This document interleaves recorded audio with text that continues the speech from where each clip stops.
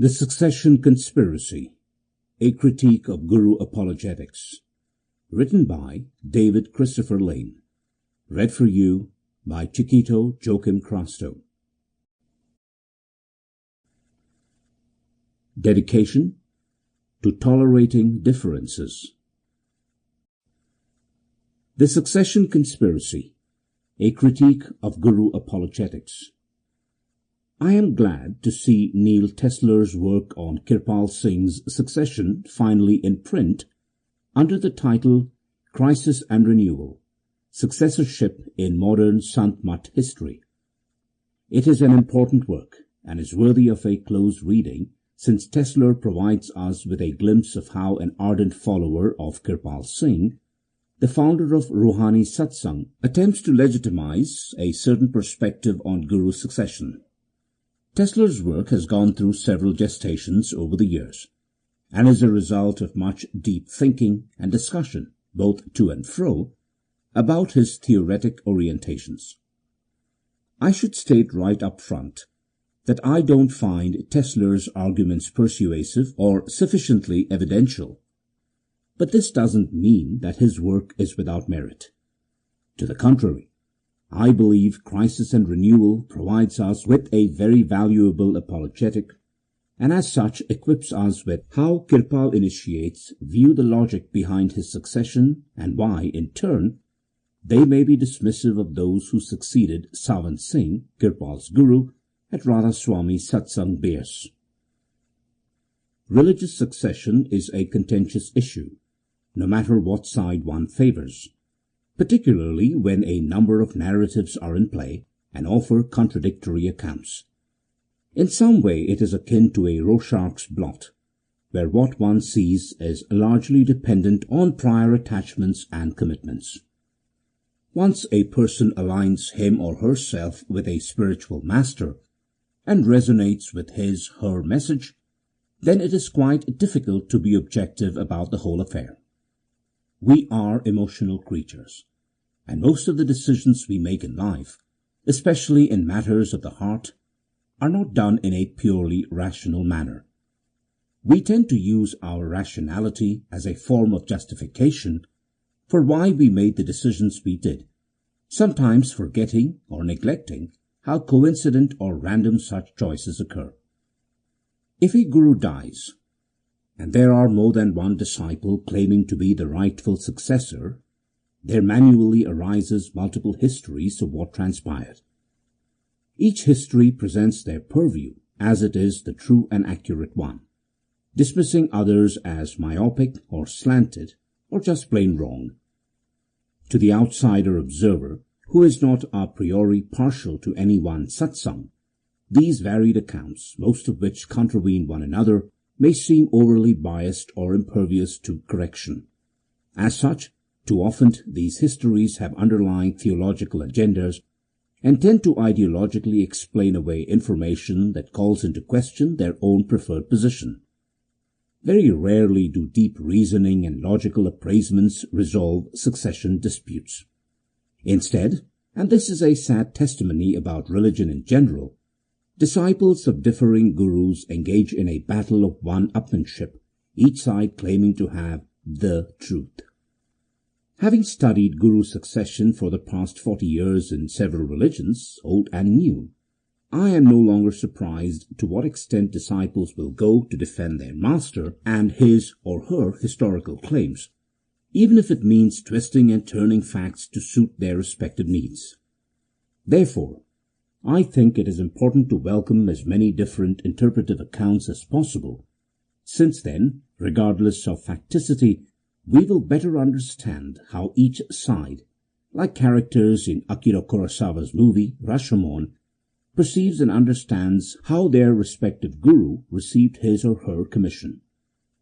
Even if many of these accounts lack substance or potential avenues of verification, they nevertheless furnish us with an insider's purview and allow us to widen our erstwhile parochial vistas.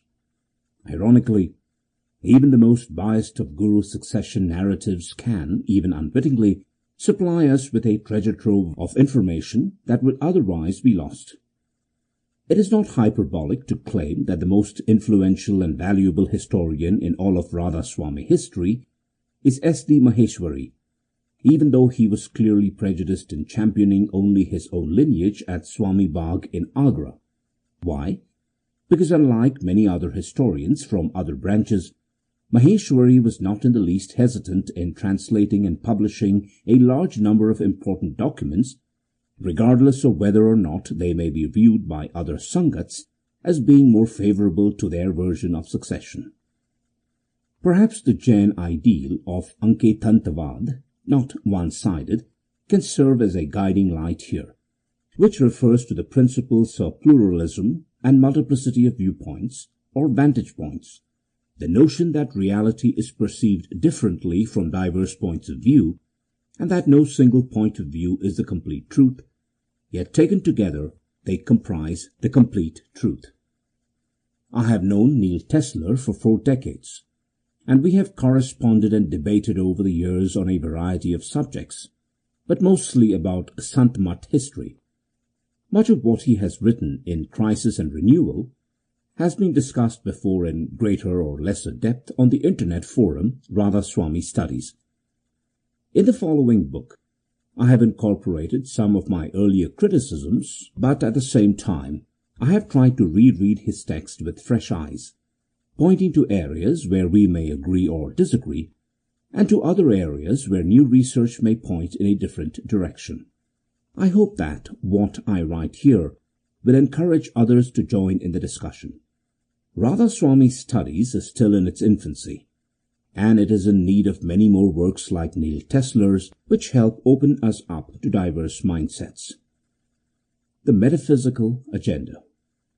Neil Tesler readily admits, the original inspiration for this task was the publication of books and articles in the late 80s and 90s by Professor Mark Juergenschmeyer and his former assistant, Professor David C. Lane, on what was generally termed the Radha Swami tradition. Tesler clearly feels that such academic studies are missing a vital element underlying Guru succession, and his book is an attempt to remedy the situation. While my work centered on the rhetorical strategies that Radha Swami successors employ to buttress their fledgling campaigns, Tesler is concerned with the spiritual authenticity that informs the master in question. While I distinguish between legitimacy and authenticity, arguing that the former is outwardly and empirically verifiable, such as wills, documents, testimonials, etc., whereas the latter is a metaphysical adjudication not open to consensus agreement at this level. Tesler argues that such a distinction cuts out what is most important in Sant Mat, the spiritual attainment of the Guru serving as successor. As Tesler suggests, by reducing Kirpal Singh's emphasis on the Guru's spiritual competence to a mere strategy to legitimize his succession claim, Lane is actually negating the foundation of the Sant Mat Radha Swami tradition with which he has long been allied. Is not spiritual competence a necessary basis of spiritual leadership in Sant Mat? Yet the object of my study was never to determine the spiritual competency or lack thereof of any Guru in Radha Swami. That, I argued, cannot be academically ascertained within the confines of historical scholarship. It is for this reason that I wrote in the beginning of my book the following caveats. Thus, in this book, I am not concerned with whether or not a Guru in question does in fact possess transmundane power, but rather with his or her claims for such, and the way he or she goes about legitimizing these claims. For instance, I have met tens of Gurus in India, each claiming to have access to spiritual powers beyond the rational mind, and each with thousands of followers, but only 2 or 3 were what I would consider charismatic. Yet my perceptions were not the perceptions of would-be or long-time followers. If I say that Thakur Singh is boring or lackluster or ordinary in his public appearances, it is my own perception. Thousands of others are mesmerized by him. Who is right? Hence, it is not really a question of who is right or wrong in terms of depth psychology, but rather how such perceptions get informed, developed, and become influential among various groups. In sociology, we cannot study individual charisma per se. If we did, we would be doing psychology, but only its effect on the people who claim to perceive it and thereby be changed. In guru succession, this has a significant methodological imperative. 1. When we ascribe charisma to any master or mystic, we are, in essence, describing his or her claim to it and or the alleged perceptions of the same by his or her following. We are not, I hasten to repeat, describing the actual thing, as if charisma was something quantifiable and testable. 2. This necessitates a priori that we do not confuse the claims for charisma with the actual attainment of charisma. In terms of spiritual competency, that is, in Radha's Soami, the soul's access to higher regions of awareness, we simply do not know whether a given master is enlightened or not. What we can know, however, is if he or she claims to have it. 3. Thus, in the study of guru politics, we are always analyzing the claims of charisma and how such claims get legitimized in the day-to-day world. For example, when we say that a minority guru, such as Kirpal Singh or Ajab Singh, is charismatic, we are making inappropriate value judgments. As I stated before, we simply don't know if they are or not. We do know, however, that they make claims for such. Thus, we should not infer that some leader is charismatic. Rather, we should state that some leader alleges to be charismatic, or that his or her followers claim to perceive such. 4. If we fail to make this distinction, and it happens frequently in sociological studies of religious figures, we give a false sense of empowerment to revolutionary individuals who may or may not have been charismatics sui generis. Tesler's book, Crisis and Renewal, though it contains a good amount of history, much of which is important, is essentially a theological defense, and because of this he doesn't ever question his own guru's version of events. Not once does Tesler doubt Kirpal Singh's narrative, even when it is contradicted by Sawan Singh, 10 years of legal wills which unambiguously state that the Beas guru would appoint his successor by legal means. This is of course understandable if we know from the very outset that Neil Tesler is a staunch believer and advocate of all things related to Kirpal Singh. As he readily admits in his postings on Radha Swami's studies, Tesler doesn't doubt Kirpal Singh's version of events. As such, I don't think whatever I write here, even if I bring up what many would consider unassailable documentation contradicting Kirpal Singh's account, will have any impact on changing his mind. Our emotions usually override our rationality when it comes to gurus we love. In any case, I think it may be important to at least spell out systematically where I think Tesler is mistaken in his apologetic, at least on those issues that are open to empirical verification and or different interpretations. I want to be clear here that I am not raising the issue of whether or not Kirpal Singh, or any other guru for that matter, is actually genuine or enlightened or has attained deeper spiritual heights. As I have long argued, those questions are transpersonal in nature and cannot be rightly assessed at this level, unless of course we want our discussions to devolve into I believe versus you believe type bombasts. To Tesler's credit, he admits that studying guru politics is resistant to an objective adjudication when he writes, "It goes without saying that objectively determining who is an authentic sant, if such exists, is logically untenable. It is ultimately a personal subjective valuation." Yet Tesler holds that discounting Sant Mat's central idea would seem to undermine any truly meaningful study of the teachings and tradition. Instead, a different method must be tried.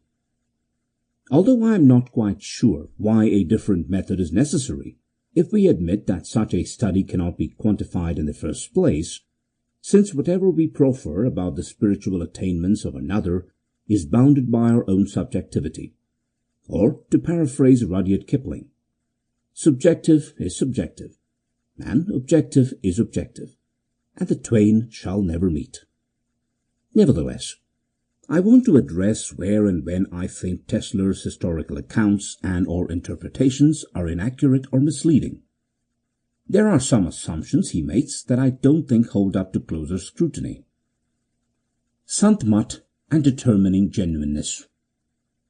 Tesler objects to Jürgen Schmeier's and my own study of Radha Soami for being far too inclusive, even though both of us were very clear in explaining why we have included any group that has a genealogical connection to Shiv Dayal Singh, the acknowledged founder of Radha Soami.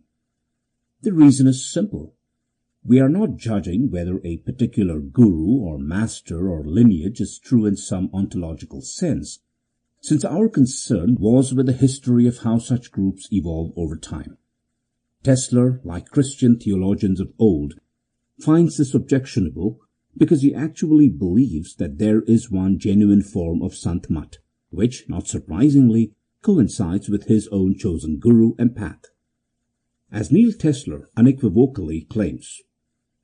However, from the perspective of Swamiji's teachings, the only guru in Sant Mat is the Satguru, whereas all other gurus are more or less pseudo-gurus. Yet Tesler makes a fundamental error when he confusingly argues an eclectic approach to the gurus of Radha Soami combined with a theory of succession rhetoric leads to the conclusion that Lane's Radha Soami tradition is a Mat without a Sant. We have already stated quite clearly that the goal of my book and Jürgen Schmeier's wasn't about determining the relative spiritual status of gurus in Radha Soami, since that is, to state it once more since it bears repeating, a theological issue per se, and not one that is centered on guru politics and rhetoric. In other words, Tesler is propping up a false dilemma that has nothing to do with what Radha Soami reality or Radha Soami tradition was attempting to accomplish, which is a genealogical analysis concerning the form or topography of how gurus speak and write to support their succession claims. Whether or not a Sant is genuine is, as Tesler has already admitted, ultimately a personal subjective valuation, and thus is recalcitrant to objective agreement.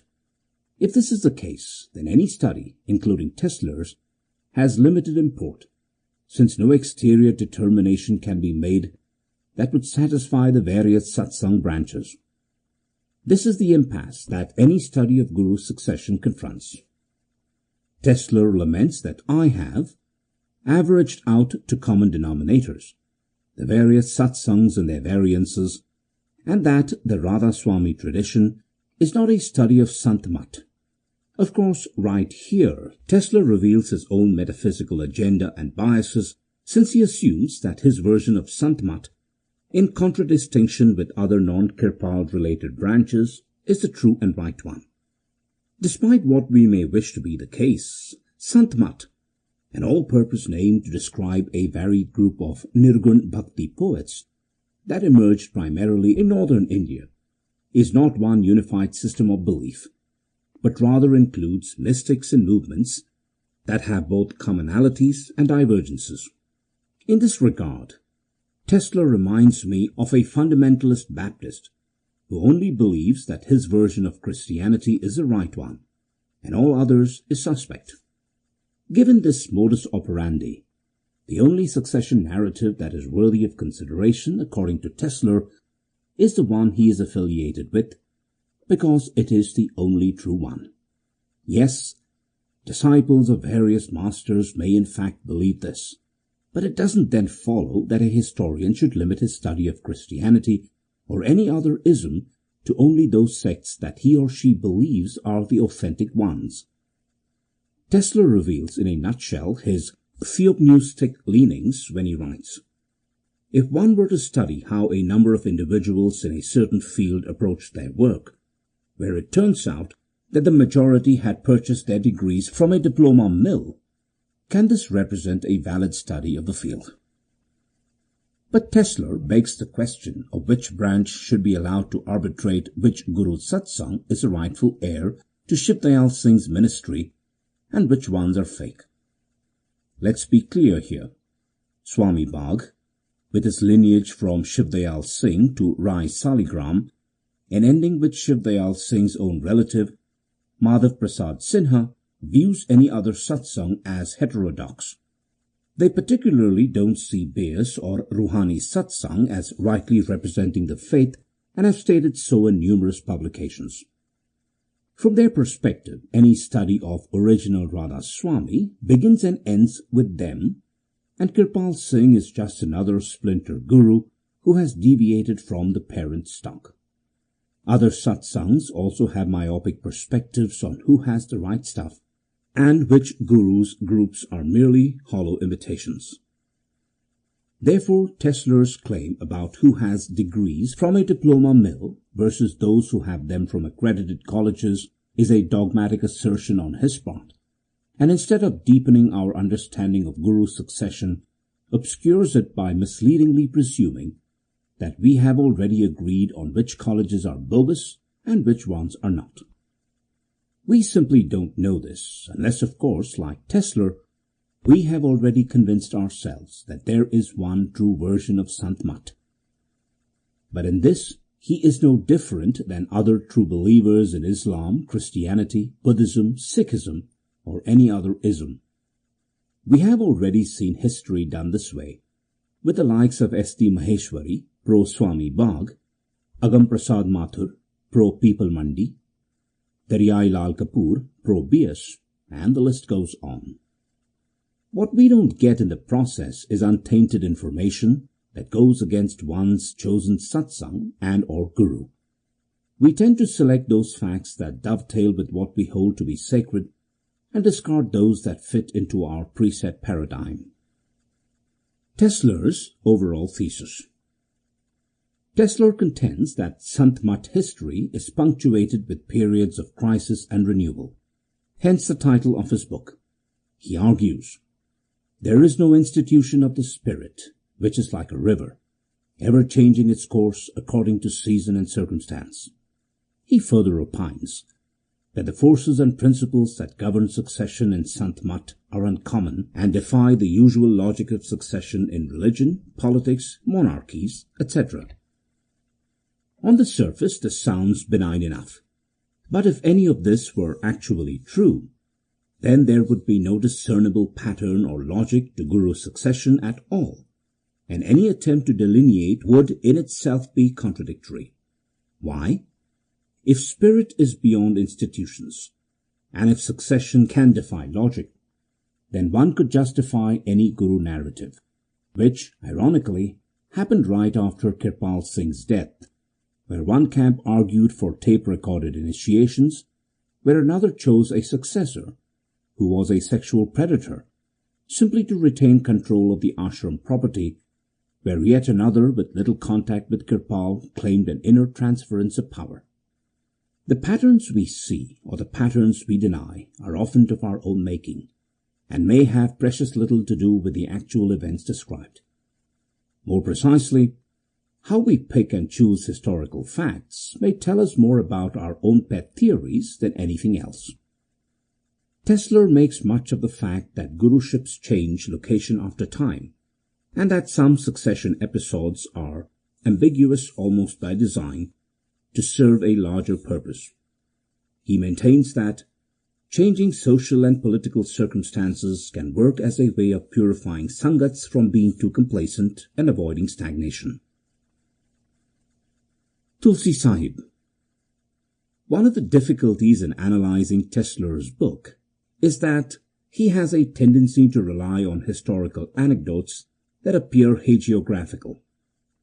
A good example of this is when he invokes a phrase such as, "It is said," and then goes on to write that Tulsi Sahib did not pass away before Munshiji, as Tulsi Sahib, referred to Swamiji, had come from Agra to receive a last glance from the great saint. Tesler doesn't question the authenticity of the account, even though there is no historical record substantiating that such a thing actually occurred. It is an after-the-fact story published by certain Radha Swami branches to elevate the status of their founder, Shiv Dayal Singh. The Tulsi Sahibis, however, do not regard Radha Swami's founder with the same regard, since he was not the successor of Tulsi Sahib at Hathras or even in Agra. Surswami and Girdhari Das, Ramakrishna and others took more prominent roles as Guru successors after Tulsi Sahib's death. There is some controversy over whether Shiv Dayal Singh was an initiate of Tulsi Sahib or some other Guru. The distinguished Sant scholar Parshuram Chaturvedi alleges that Shiv Dayal Singh's Guru was Girdhari Das, a point reiterated by no less an authority than Madhav Prasad Sinha, Shiv Dayal Singh's own nephew and the last acknowledged living Guru at Swami Bagh. Om Prakash Kaushal writes, Mahant Ganesh Singh, who alleges Sant Daya Singh was the Guru of Seth Shiv Dayal Singh, whereas Gyani Pratap Singh is of the opinion that one Nirmali Sant Didar Singh, nicknamed Mauj Prakash of village Gil, district Ludhiana, who was then in charge of Gurdwara Mai Teen, historical Gurdwara of Tegh Bahadur at Agra, was the Guru of Shiv Dayal Singh. It is from him that he learnt the secret of Surat Shabd Yog. Hence, whom Shiv Dayal Singh paid spiritual allegiance to is still an open question. And while opinions vary, there is general agreement that Tulsi Sahib and his teachings were deeply influential, regardless of whether Shiv Dayal was his initiate or a follower of some other Guru. What is even clearer, though, was that Shiv Dayal Singh was not treated as the chief successor of Tulsi Sahib in Hathras. To the contrary, he was an outlier Guru who only established his own separate ministry more than a decade after Tulsi Sahib died in 1843. Moreover, Shiv Dayal Singh did not come out publicly with his Satsang until early 1861, and even then this was only after Girdhari Das, a successor of Tulsi Sahib in Agra, who Shiv Dayal Singh served as a Guru, died a few months prior. Many at Agra, including Shiv Dayal Singh's younger brother Pratap Singh and his close disciple Rai Saligram, are adamant that he had no Guru whatsoever. Whatever Shiv Dayal Singh's association may have been with Tulsi Sahib, the idea that he was his designated or main successor is without convincing evidence. In some ways, Shiv Dayal Singh appears to have operated on his own and dissociated himself from claiming any direct parampara, which may partially explain why the idea that he had no Guru at all gained widespread currency after his death in 1878.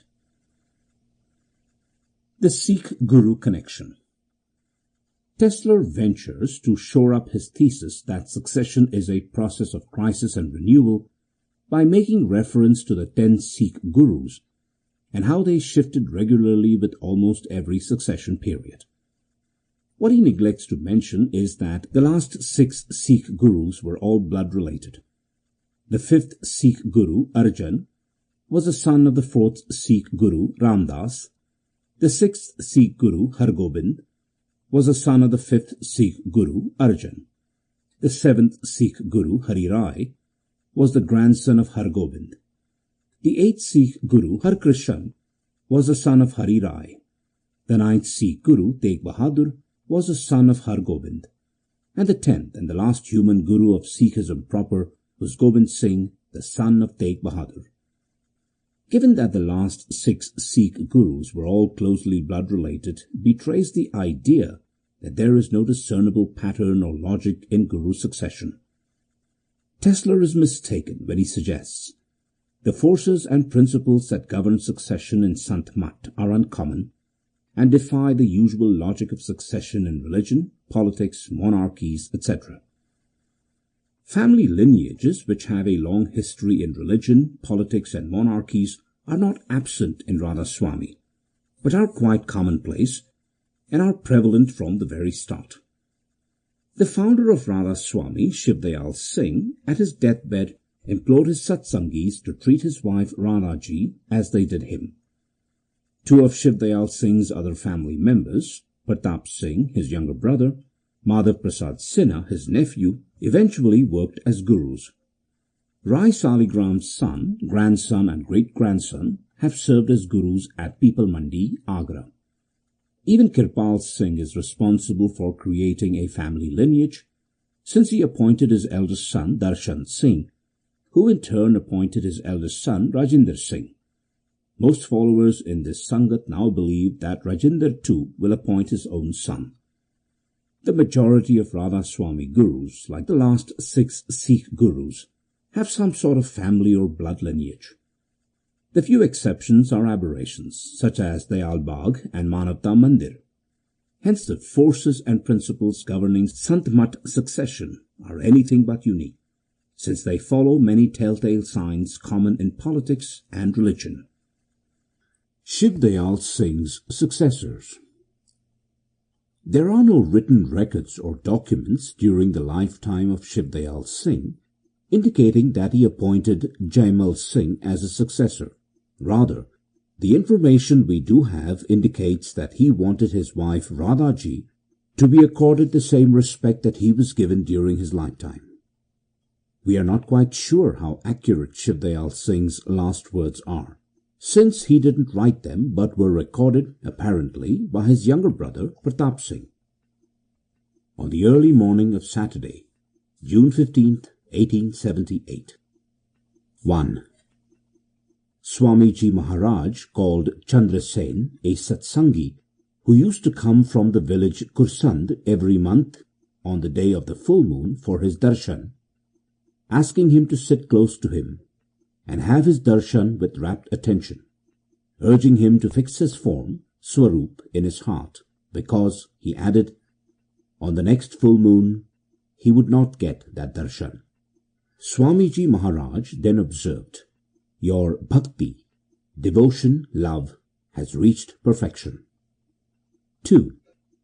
At about 8 a.m., Swamiji Maharaj observed that the time of his departure was nearly at hand. Thereafter, Swamiji Maharaj withdrew his surat, spirit, and also all diffused spirituality. Only the whites of the eyeballs were visible, and his body began to shake. The nails of his hands and feet grew pale.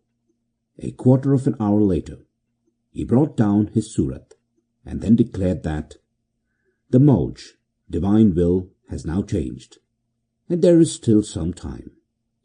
Then Lala Seth Pratap Singh, Chachaji, inquired, "When is the Mauj for now?" Swamiji Maharaj replied, "Sometime in the afternoon." 3.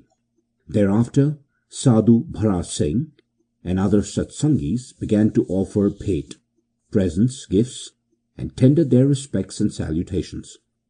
At this, one Lala Jagannath Khatri, a neighbor, remarked that they should let Swamiji Maharaj's dhyan, attention, meditation, remain inwards, and that this was not the time for offering bhet. Thereupon, Swamiji Maharaj, addressing Lala Jagannath, observed that true dhyan, meditation, means that one is able to withdraw one's surat and bring it down at one's will. I have already moved up the location of my spirit into the lap of Satpurush last night. I have come down only to say a few words to you. 4. Swamiji Maharaj said, "You all know that I was 6 years old when I started my spiritual practices. It is for that reason that I have gained complete success in them." To illustrate the point, Swamiji Maharaj said, "One who does not know how to swim cannot learn swimming if told to do so when he may be drowning, and he would certainly be drowned. But one who has learnt to swim from his very childhood shall never be drowned even in midstream. Our physical body is merely a bundle of flesh and bones covered with skin. Lifelong performance of spiritual practices should make one remember the name of the Supreme Being at the time of departure from the world. People should therefore practice repeating the holy name in such a manner that they may not forget it even while moving about or while engaged in worldly activities. 5. Then Swamiji Maharaj, addressing Huzur Maharaj and all the Satsangis and Satsangins, male and female initiates, said, "After my death, you should show as much respect to Radhaji as you have been showing to me, and consider her and junior Mataji, Choti Mata, widow of Rai Brindaban Sahib, younger brother of Swamiji Maharaj, as equals." 6.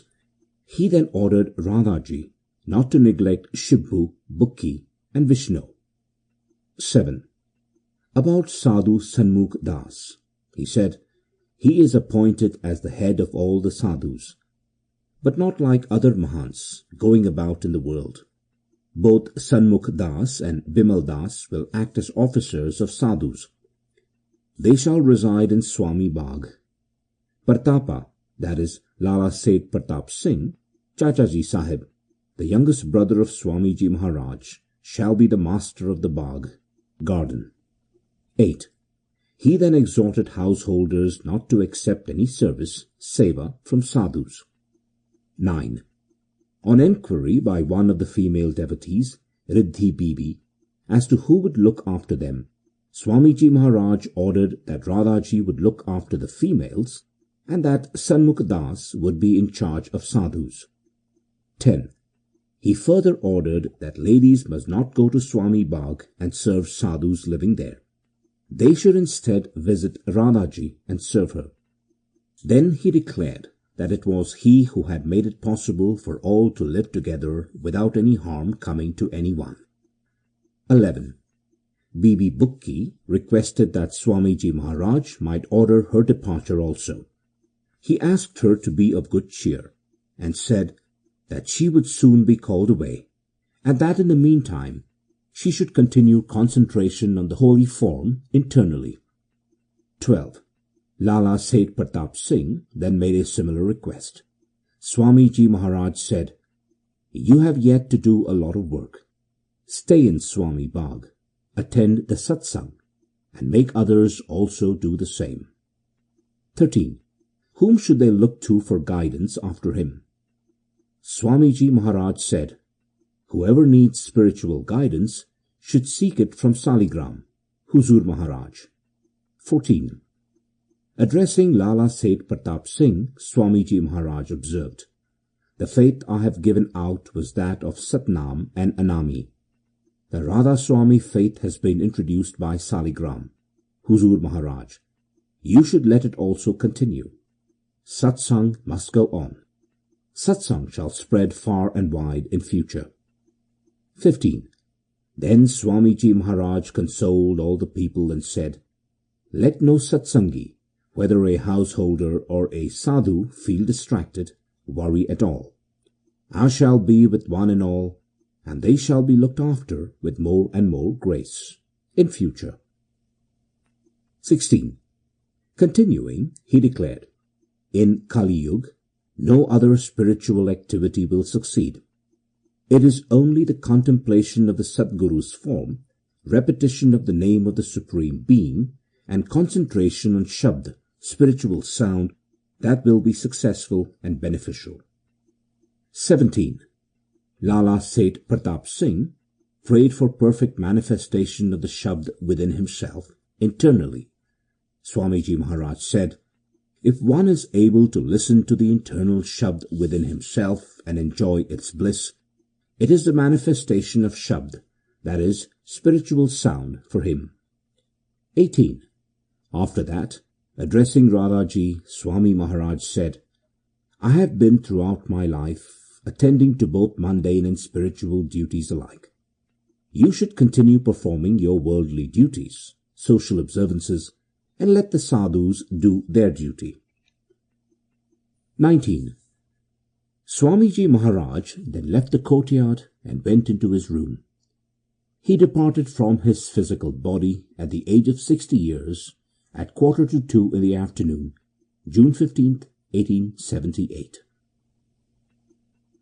No mention is made whatsoever about Jaimal Singh in Shiv Dayal Singh's last statements or in Pratap Singh's honorific biography of his elder brother and guru.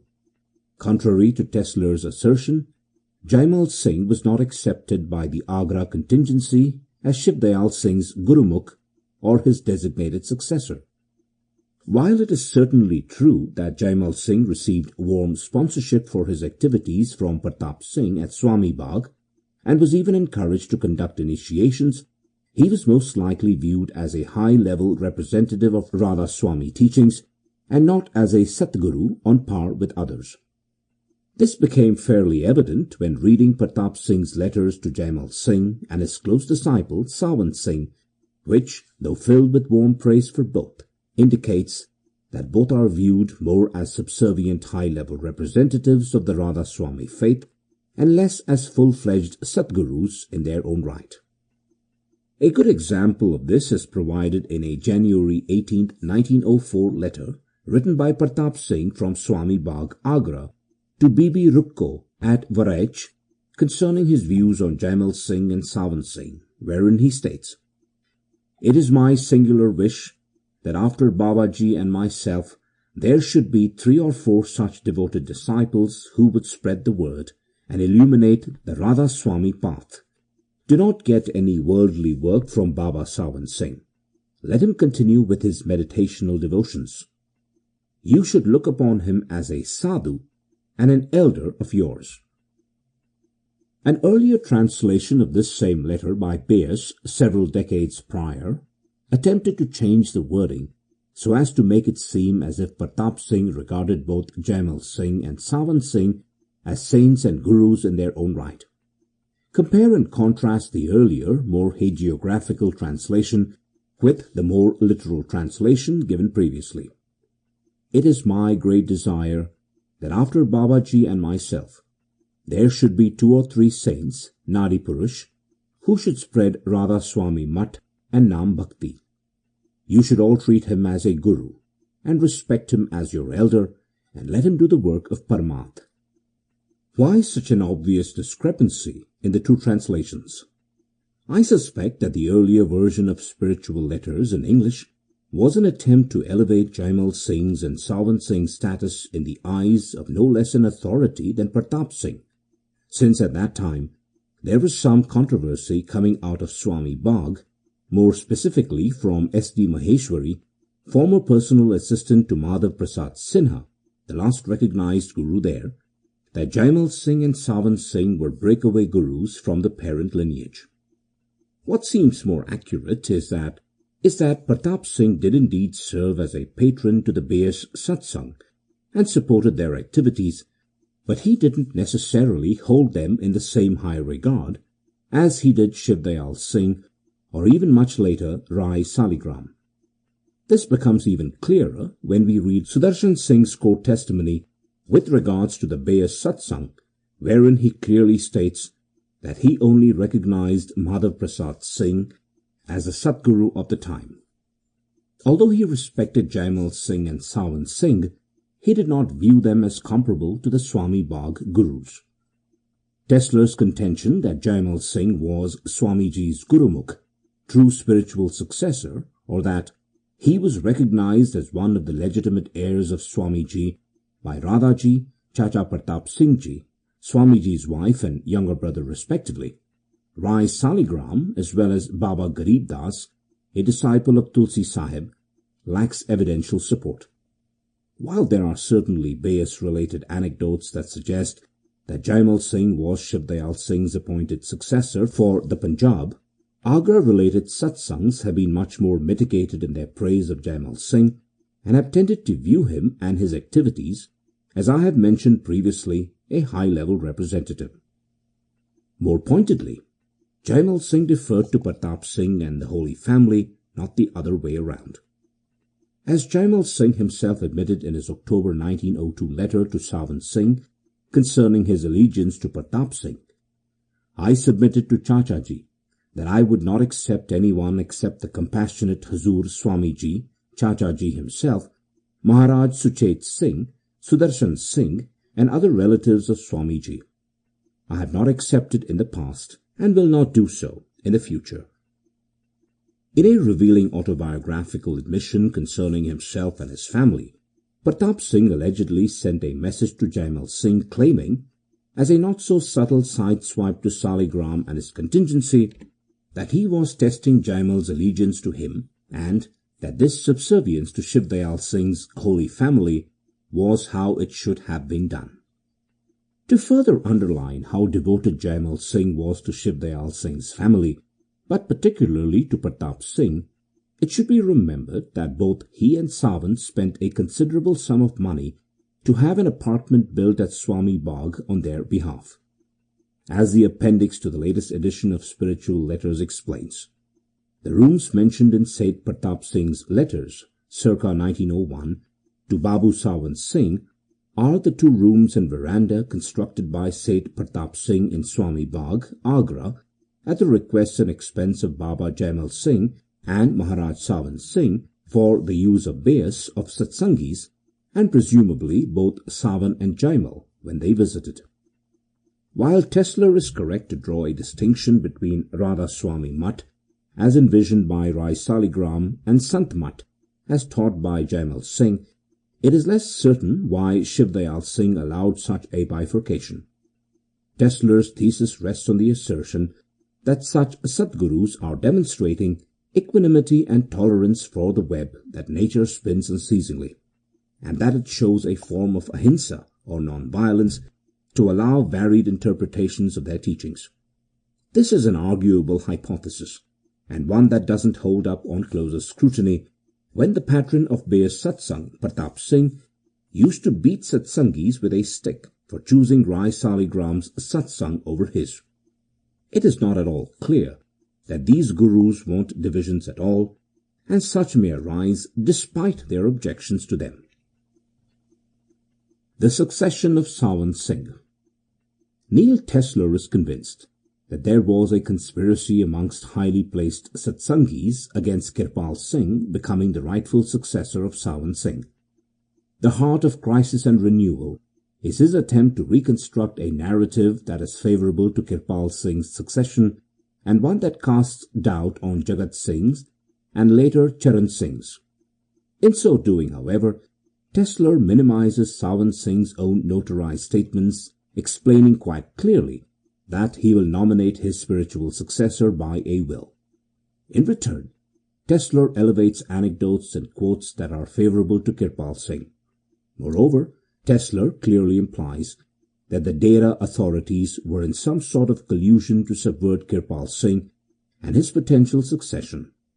His source for this comes directly from Kirpal Singh, who alleges that Master Sawan Singh once ordered me during his lifetime to initiate about 250 people in the monthly gathering. Those who were after the mastership became worried. What is going to happen? Everything is gone from our hands.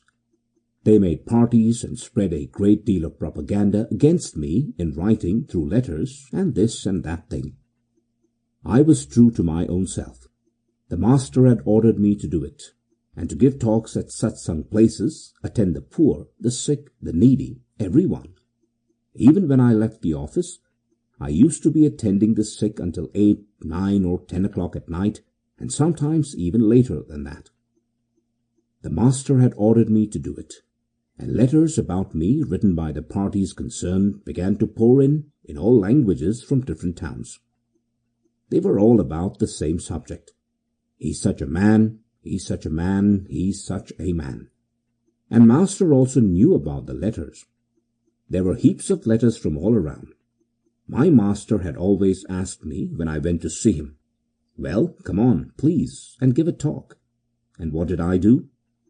He was sitting there, and he made me sit near him like a son or a student. I would speak my heart to him. I would open my heart to him in a heart-to-heart talk, and the people enjoyed. But they had arranged it so that for 8 months regularly I was not permitted to go near the master, not even to talk to him. So much propaganda was being carried on. But I would just look at his eyes, and that was sufficient for me, because eyes speak more than words. My master used to go to the hills. My elder brother went there. I did not even tell this secret to my brother. Why complain of the master and his disciples to someone else? And I simply asked him, When you find yourself all alone with the Master, simply ask him if there are any drawbacks or if there is anything I've done wrong. I may have erred knowingly or unknowingly. Just talk with the Master. When my brother came back, I asked him, "Did you ask the Master about it?" And he said, "Yes." The Master said, "I know he has done nothing wrong, either knowingly or unknowingly. But strangely enough, so much water passed over his head, but he never came to me to tell me about it."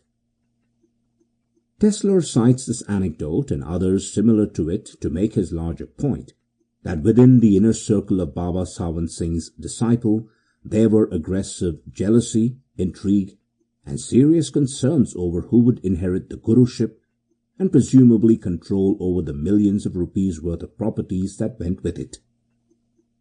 Kirpal Singh believed that, in the time of my master, many people hankered after the mastership after him.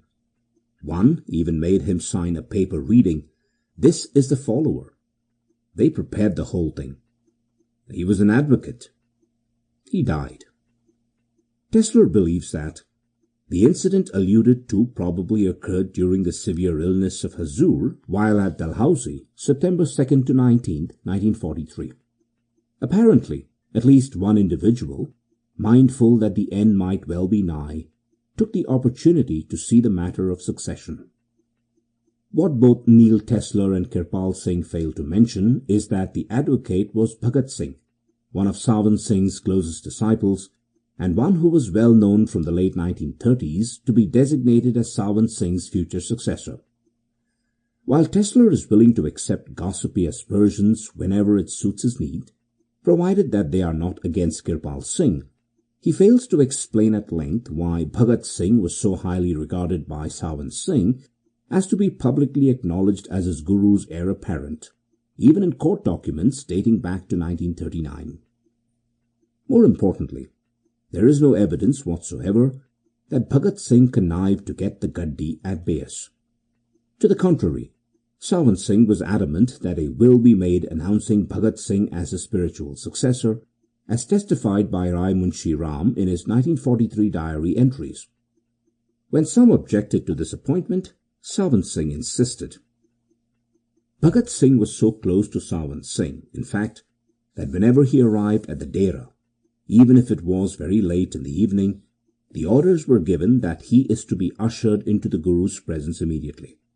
As for Bhagat Singh's integrity, which Kirpal Singh not so subtly impugned, Julian P. Johnson, in With a Great Master in India, provides him with the highest praise when he writes, "We may next introduce Sardar Bhagat Singh, a cousin of the professor, although in this country they speak of cousins as brothers. He is an attorney at law in Jalandhar city, about 27 miles from here. In this country, an attorney registered to practice before the High Court is called an advocate. Sardar Bhagat Singh is one of the recognized outstanding men of his profession in all of the Punjab. He is a man of medium height, rather heavy-set, with slightly grey beard and a benevolent smile that betokens a kind heart and a radiant soul. He is a lovable man, and it is a delight to know him. He is highly educated, of a keen and discriminating intelligence, and he is a very successful lawyer. He is outstanding proof that a lawyer can make an honest living, for his honesty and integrity are beyond question. He attends to all of the legal work of the master, relating to the many business affairs of the centre. He may aptly be called the Prime Minister to the master, a title which is commonly given him by Satsangis. Since Tesler never questions Kirpal Singh's self-interested version of historical events, he doesn't probe deeper to find out if indeed the anecdote is accurate or misleading. Simply put, if Kirpal Singh said it, then, according to Tesler, it must be true, even if it is gossipy and second-hand. Whereas, if anything is said that is critical of Kirpal Singh, there must be some nefarious motive behind it. Being objective and impartial to the varying lines of evidence is not Tesler's concern, since his true agenda is to support anything that substantiates Kirpal Singh's version of events. As a polemic, it is valuable, since it gives us an insight into how a devoted disciple perceives Sawan Singh's succession in a different light, but as an impartial inquiry into the subject, it is anything but. Sawan Singh's wills. In weighing out various lines of evidence for or against a succession candidate, the key is to look for what Sawan Singh actually said or wrote. Second-hand recollections are not comparable to the actual words or speech given by the Guru himself. One of the most difficult obstacles confronting Kirpal Singh's claim for mastership is that Sawan Singh signed a notarized will nominating Jagat Singh, not Kirpal Singh, as his designated successor. The March 20th, 1948 will reads as follows. Sawan Singh's last will. I, Sawan Singh, son of Sardar Kabul Singh, caste Grewal Jat, Gaddi Nashin, present master at the spiritual centre of Deras, Baba Jaimal Singh, in the Tehsil and district of Amritsar, do hereby make the following will. Before this, wills concerning my private properties and that of Satsang properties have been made by me, but up to this time I have not nominated any person to succeed me as the Gaddi Nashin, spiritual head of the Dera. So now, in my full senses and with my free will, I do hereby appoint Sardar Bahadur Jagat Singh, IYIA, retired professor, Agricultural College, Layalpur, as my successor at Dera, Baba Jaimal Singh and all the Satsangis connected with it. After me, he will perform all the acts and duties that I have been performing so far. In witness thereof, I made this will to be of use when needed. Dera Baba Jaimal Singh, dated 20th March 1948. Scribe, Munshi Ram, Secretary. Witness, Bachint Singh, eldest son of the great master. Signature of the testator, Sawan Singh. Witness, Charan Singh, Advocate. Appended to Sawan Singh's last will was a note by his attending physician, Dr. Pierre Schmidt, who wrote the following. Note on the will by Dr. Schmidt. The testator, who is under my treatment, read this document twice himself in my presence, and it was read over to him by his secretary Lala Munshi Ram. The testator, Sardar Sawan Singh, put his signature on it in my presence. I certify that he is at the time in full possession of his senses, and signed it on his own free will. Signed, Dr. Pierre Schmidt of Geneva, Switzerland, 1:30 p.m., 20th March 1948. Seal of the Registrar, signed, Gurbachan Singh, Jalandhar, Sub-Registrar. Tesler admits that there was a will, but he calls into question its authenticity, claiming amongst other things, it has been often stated that in the last week of Baba Sawan Singh's life, he was too weak to hold a pen. What Tesler fails to discuss in a reasonable length is the very note that Dr. Pierre Schmidt appended to the will, wherein he stated very clearly, and without any ambiguity, that Sawan Singh put his signature on it, the will, in my presence. I certify that he is at the time in full possession of his senses, and signed it on his own free will. Does Tesler seriously think that Dr. Schmidt is lying about this? Does he think that Sawan Singh's grandson and son are lying when they sign their signatures to the will attesting to its authenticity? Or that Sawan Singh's secretary, Munshi Ram, is on the deception as well? Tesler wants to cast doubt about Sawan Singh's last will, but in so doing not only makes Jagat Singh a liar, but implies a wholesale conspiracy surrounding Sawan Singh, who in Tesler's rendering is basically incompetent to control any of the proceedings surrounding him. But in doing, Tesler, and by extension Kirpal Singh, are impugning the integrity of not only Sawan Singh. He is an ineffectual leader precisely when it counts, but also the very doctor that Kirpal Singh recommended should attend Sawan Singh in the last few months on earth. Furthermore, Tesler doesn't address Dr. Pierre Schmidt's much longer essay, describing what it was like to be with Sawan Singh during his dying days, including his very detailed discussion of exactly how Sawan Singh signed the will and how he viewed both Jagat Singh and Charan Singh. I have included the entire article as an appendix. but the following excerpt bears close scrutiny, since it appends both Tesler's and Kirpal Singh's perspectives. Dr. Pierre Schmidt's account of Sawan Singh and the signing of his last will, Part 1. 2 weeks before his death, on the afternoon of the 20th March, as he was more himself and at ease mentally and physically, he was able to sit up in bed and gave his darshan to more than 400 satsangis from his window.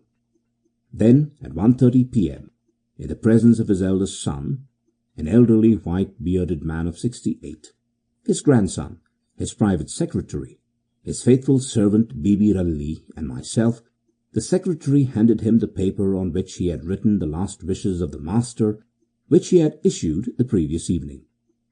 The master asked for his spectacles. Then, having quietly and carefully adjusted them, he took the paper with a slightly trembling hand. He read slowly and with the greatest care each line from beginning to end, and then, looking at the secretary, he handed him back the paper without speaking. He rested then for a good 5 minutes, blinking and looking before him as though he seemed to be reflecting, while everywhere there was an intense and unusual silence. Then he asked for the document again, read it with the same care, and handed it back to the secretary, asking him to read it aloud, which he did. When he had read out the document, the secretary asked the master, "Is it all right?"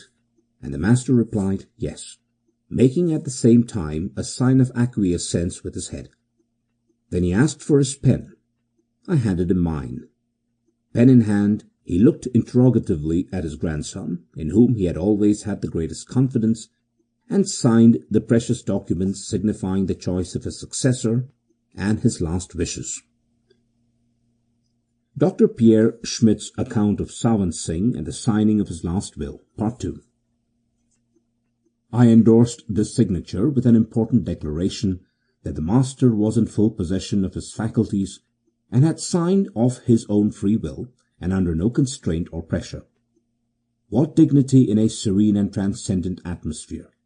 What a noble expression in his look, in his gestures, although tremulous, and in his whole attitude! It filled us to overflowing, and brought us to his holy feet with hands joined and hearts full of emotion at the act which he had completed. To think that he was there alive, and that what he had just done announced that soon he would no longer be with us in the flesh. I will never forget this silence, and even more so, the complete peace which seemed to permeate us with an infinite blessing. Seated across his bed, supported on a big cushion of blue velvet, wrapped in a shawl of white Angora wool, bareheaded, without a turban, and with an ineffable look in his eyes from which radiated his supreme authority and his spiritual power. From him emanated something I cannot describe. It was so profound and supernatural. We felt very small and very negligible before one who knew all.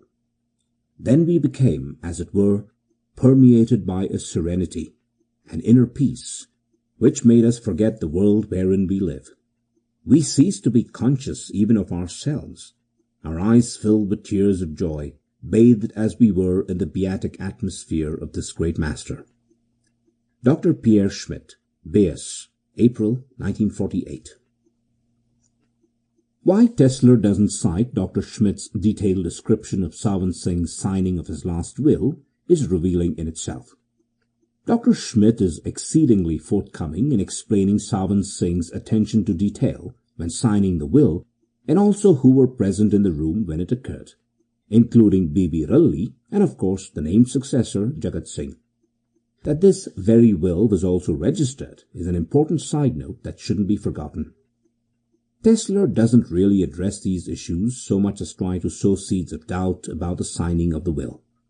But in doing so, it is quite telling that Tesler very conveniently neglects to mention Sawan Singh's other wills, which date back to 1937, which indicate that he intended to appoint his future successor by a written will. Here are those wills by Sawan Singh in chronological order.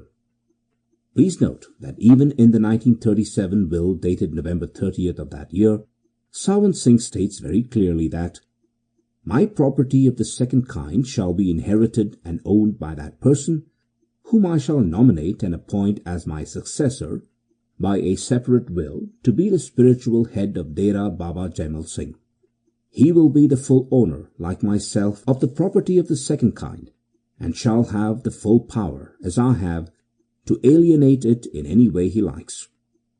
One paragraph later, Sawan Singh declares, if any Satsangi or his heir is desirous of transferring his house to any other Satsangi of the Dera, he would do so with my permission, or after me, with the permission of my successor, who may be the spiritual head of the Dera at the time. Sawan Singh's 1937 will. I, Sawan Singh, aged about 79 years, son of Sardar Kabul Singh, caste Jat, resident of Dera Baba Jaimal Singh, Tehsil and District Amritsar, do hereby declare that I own and possess properties of two kinds. First is my personal and ancestral movable and immovable property, which I have either inherited from my ancestors or have acquired personally with money received from the government as pay and pension. This property is situated in village Mehman Singhwala, district Ludhiana, and in villages Sikandarpur, Rasulpur, Kasankhera, etc., etc., in Tehsil Sirsa, district Hisar. The second kind of property, movable and immovable, is the religious property which I have either inherited from my late Satguru Maharaj Jaimal Singh Sahib or have myself acquired as the spiritual head of the religious institute Dera Baba Jaimal Singh with the money which the Satsangis of the Radha Soami faith of the Dera have been offering from time to time as the bhant offering to the Guru. The following are the details of this property of the second kind. 1. All the houses and lands, vacant sites lying within the boundary walls of Dera Baba Jaimal Singh, situated in the villages of Balsarai and Bairakh. 2. The big Satsang hall and other buildings, lands and vacant sites lying outside the boundary walls of the Dera Baba Jaimal Singh, situated within the villages of Balsarai and Bairakh. 3. All the lands situated in the villages of Bairakh and Balsarai. 4. The koti and lands situated in the village Buddha Teh, opposite the Beas railway station. 5. Koti, with the land enclosed within the boundary wall, situated in Mohalla Raghunathpura in Amritsar city. 6. Koti, with the land surrounding it, situated on the Ravi Road, Lahore. 7. Satsang Ghar, with land and shops appertaining to Satsang Ghar, situated in Mohalla Gandanala, Rawalpindi. 8. Lands and houses situated in villages Kuman district, Gurdaspur. 9. All the money deposited in various banks in my name, except the money deposited by the Satsangis in trust, who want to have houses built for themselves in the Dera, the list of which is given in detail in the Dera papers. 10.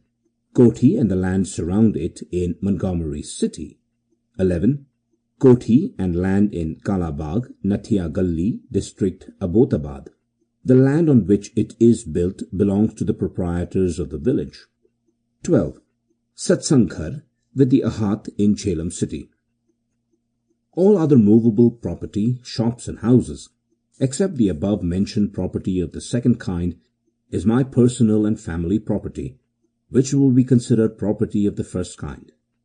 I wish that after me no dispute of any kind may arise. Wherefore, being in full possession of my senses and in sound mind, and of my own free will and consent, make the following will. That after my death, my children will succeed to the property of the first kind, viz., my two sons, Sardar Bachint Singh and Sardar Harbans Singh, and my grandson, Sardar Satnam Singh, will succeed to this property in equal shares in accordance with the customary law which governs my caste. My property of the second kind shall be inherited and owned by that person, whom I shall nominate and appoint as my successor by a separate will to be the spiritual head of Dera Baba Jaimal Singh. He will be the full owner, like myself, of the property of the second kind, and shall have the full power, as I have, to alienate it in any way he likes. A number of Satsangis have built houses in the Dera Baba Jaimal Singh with my permission on the land belonging to me and in my possession, on the condition that they and their descendants can reside in the Dera only so long as they have faith in the Master, who for the time being is the spiritual head of the Dera, and are considered by him to be suitable persons for residing in the Dera. Otherwise, they have no right to live in the Dera, and I or my successor shall be authorized to eject them any time we like. In the event of their ejectment, the Satsangis concerned or their assignees will have no right of any sort to the land or the material of the building. If any Satsangi or his heir is desirous of transferring his house to any other Satsangi of the Dera, he would do so with my permission, or after me with the permission of my successor, who may be the spiritual head of the Dera at the time. I have good fraternal relations with other centres of Radha Swami faith, but none of them has any concern with my property of the second kind, nor have I anything to do with their property. Similarly, no followers of any other religion, faith or creed has any interest in or concern or connection with my property of the second kind. I am the sole owner of the Dera, and all properties connected therewith, and after me, my successor, will likewise be the sole owner of these properties. I have therefore executed this will to serve as a record of my intentions. Dated 30th November 1937. Signed Sawan Singh.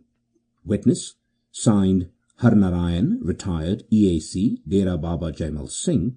Witness, signed Kala Singh, retired honorary captain of Nussi. Copy of the registered codicil dated 7 July 1942. I, Sawan Singh, son of Sardar Kabul Singh, caste Jat, disciple of Hazur Maharaj Baba Jaimal Singh Ji, Radha Swami, resident of Dera Baba Jaimal Singh, Tehsil and district Amritsar, being in perfect bodily health, of sound mind, and in full possession of my senses, do hereby state as follows: that I have already executed and have registered a will dated 30th November 1937, but as I have by purchase acquired more religious property after the execution of the said will, and have built houses on the many newly acquired lands, as I have been doing heretofore for the benefit and use of Satsangis of Beas, I therefore consider it desirable to execute a codicil as under to the already executed will. 1. 2 bungalows, namely Ellesmere and Cozy Nook, situated in Dalhousie, including surrounding land, and lands and houses appurtenant thereto, all of which property is used either as my residence or for purposes of satsang or religious discourses or for meditation. 2. Satsang Ghar at Multan with the buildings and lands appurtenant thereto. 3. Koti in Paror, district Kangra, with the ground, lands and buildings appurtenant thereto. 4. Satsang Ghars in the districts of Hoshiarpur and Kangra, with all the rights appurtenant thereto. 5. Property and Satsang Ghar situated in Daska, district Sialkot. 6. Property and Satsang Ghar in Gujranwala. 7. Property of Satsang Ghar in Sialkot. All the aforesaid properties are used for my satsangs, discourses and meditation, and my children will not therefore have any right to or concern whatsoever with these properties, as in the case of the other religious properties which have been mentioned in my previous will. After me, the ownership of these properties will vest in my successor, nominated by me. He will have the same right over these properties as have been exercised by me during my lifetime. This is ancient tradition handed down by the Shabd Margi saints, whose real home is Sachkhand and Anami, that they are regarded by their followers and disciples as the very manifestation of God. Accordingly, all religious property standing in their name is considered their personal property, in respect of which they have full right of transfer and disposal, and no one has any right whatsoever to interfere in the exercise of these absolute powers of theirs.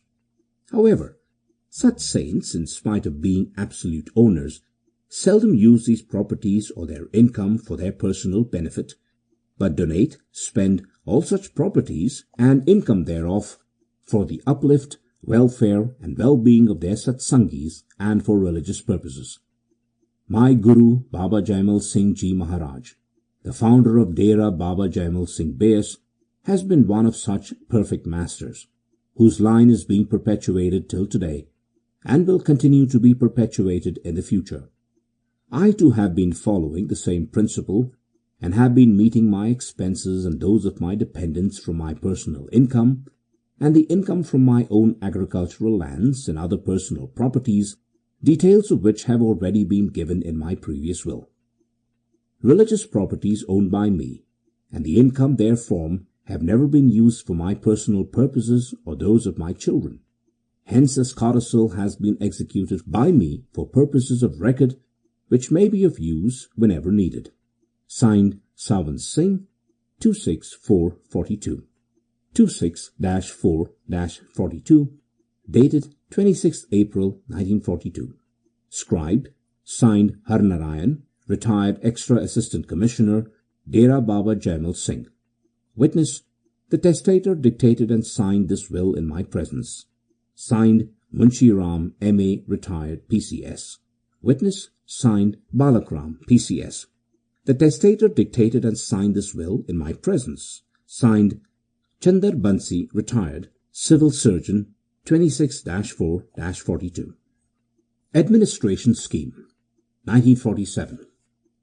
Under the direction of Hazur Maharaj Sawan Singh Ji, Sant Sadguru of Dera Baba Jaimal Singh, the following scheme has been drawn up for the management of the Radha Swami institution and colony known as Dera Baba Jaimal Singh, and all lands, houses, satsang ghars and all property, movable and immovable, relating thereto wherever it may be in the whole of India and abroad, and all matters and affairs connected therewith.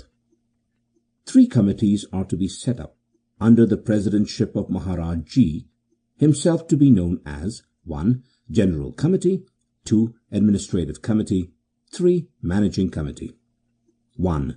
The General Committee shall consist of members whose names are given in Schedule 1 appended hereto.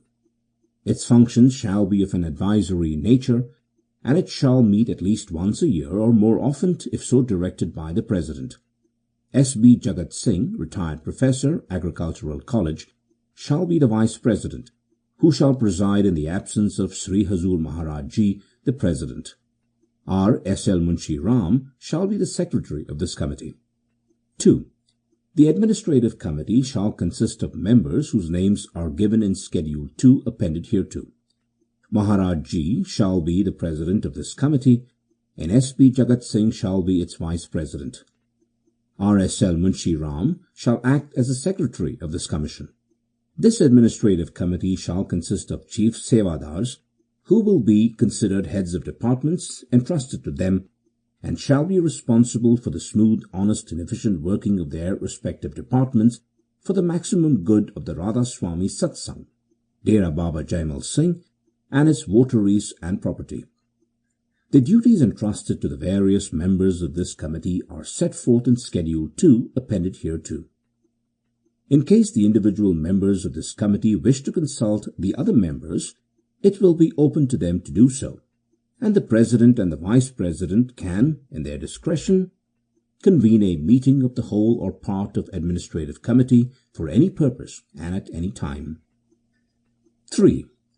The Managing Committee shall be deemed the Chief Executive for the management of all matters connected with the Radha Swami institution at Dera Baba Jaimal Singh and all other institutions attached thereto, and all property held by them, whether such matters are religious or secular.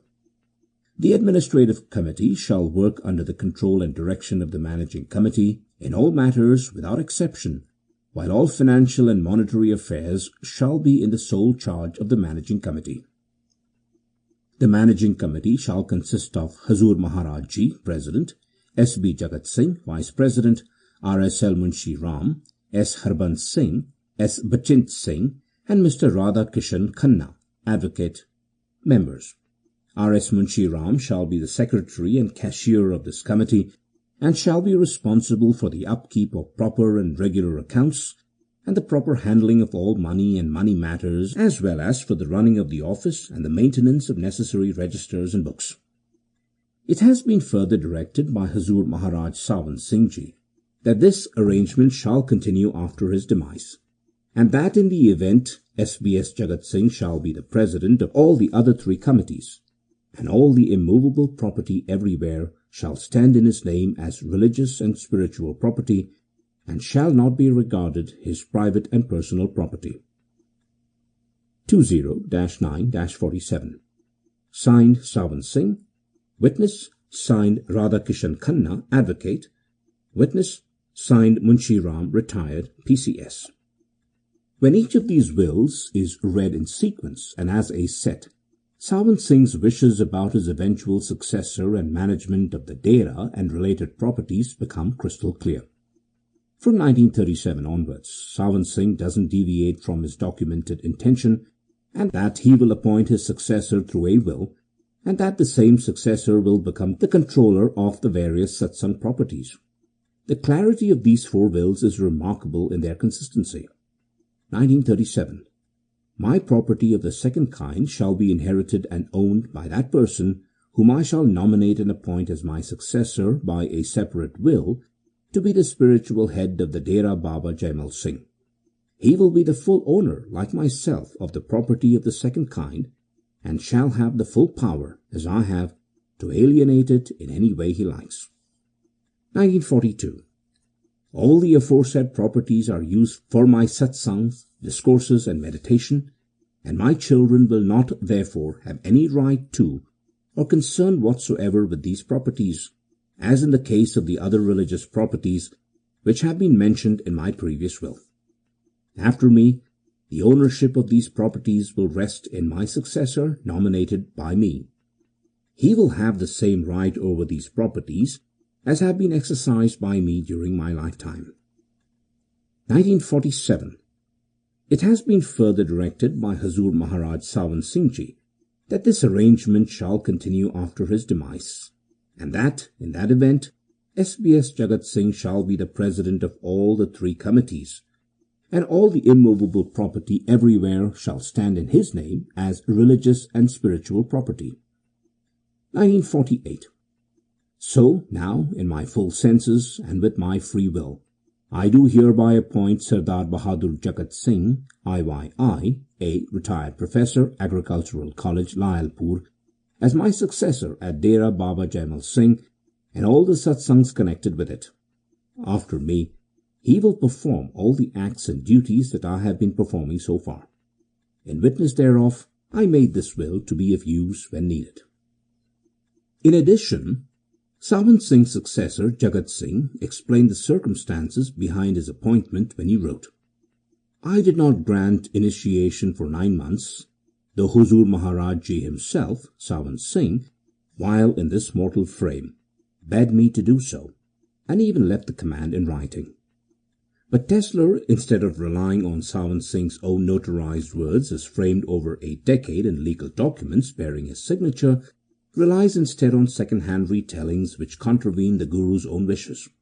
At the end, Tesler wants to cite Mrs. Rajput, saying that the will is fraudulent, but just a couple of sentences later, in the same paragraph, has her interfering that Sawan Singh did indeed nominate Jagat Singh, because if he named Kirpal Singh, there would be no peace among the administration and family at Beas. That we have absolutely no record from Sawan Singh himself saying anything to this effect should give one pause. Why should we rely less on Sawan Singh's own documented words and give more credence to the second-hand and gossipy narratives provided by others who devolve into a he said, she said?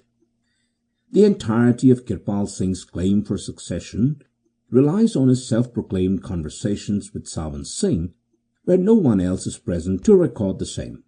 Anecdotes, second-hand reporting, and innuendo. The Riai Lal Kapoor and other satsangis at the Dera pointed this out fairly early on.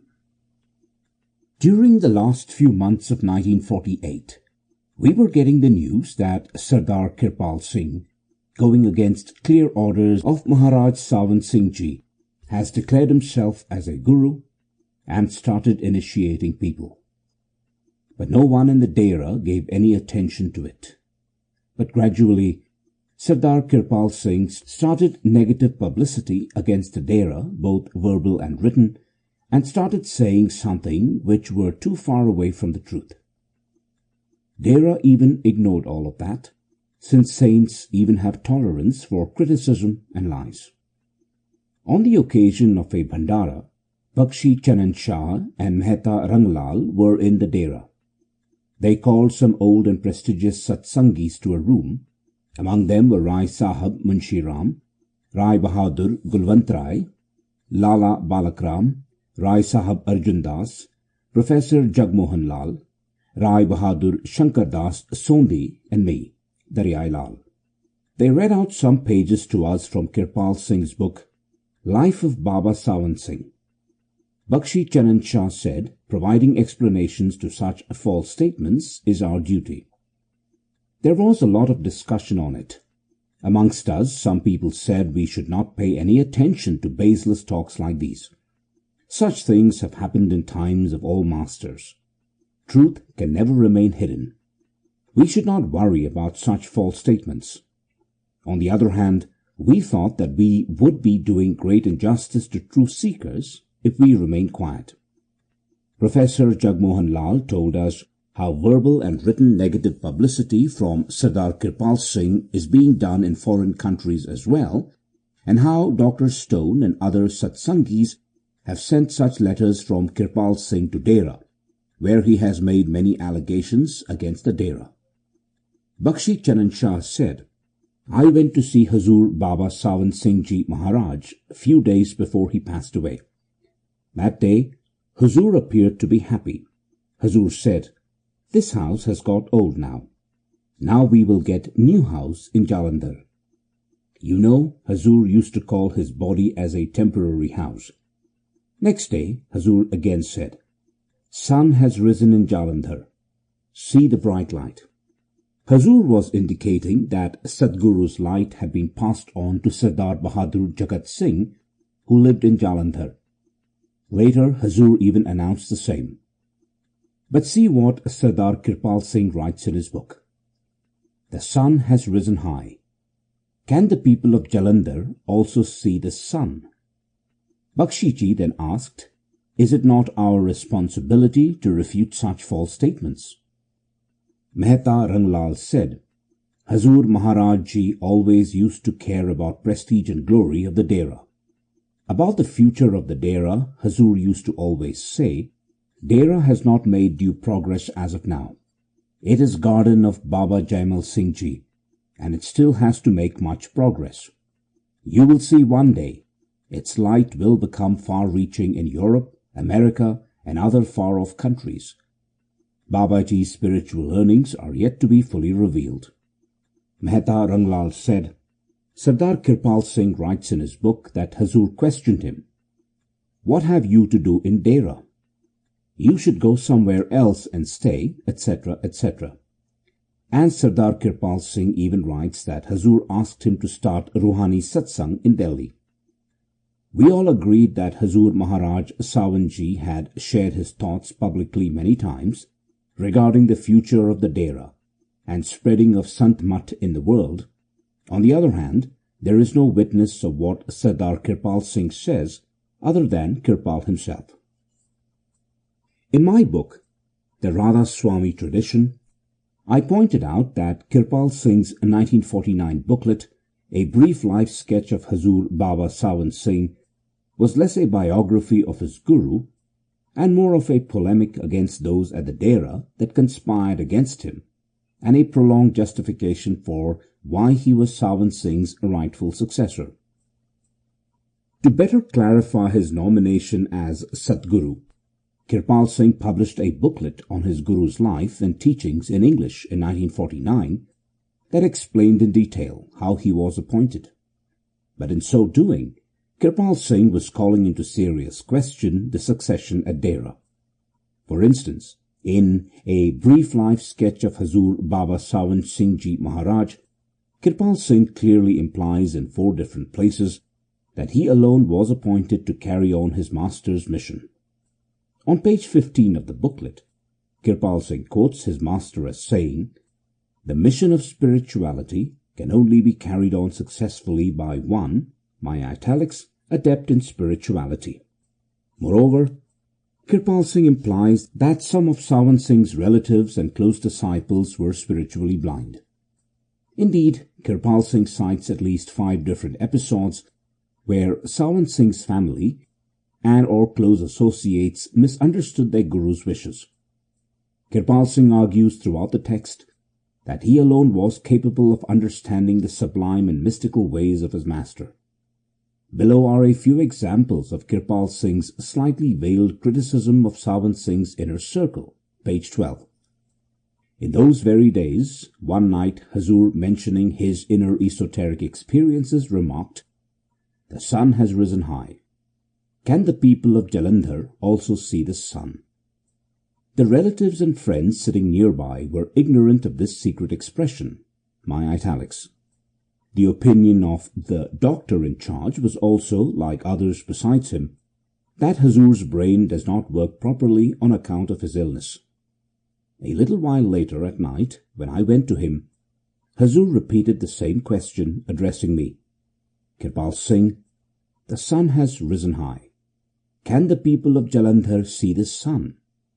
I replied, "Yes, Hazur, the sun has risen high, and not only the people of Jalandhar, but also those living in England or America who will traverse to inner planes can see this sun." Thereupon Hazur said, "Thou hast correctly answered my question." Pages 12 to 13. Similarly, Hazur made a mention of several hidden secrets, but those around him were hardly able to grasp what Hazur was hinting at, this being a subject familiar to those only who are practical inlookers and spiritually skilled. What, therefore, could other poor fellows know about them? Page 15. Spirituality cannot be entrusted to a blind person.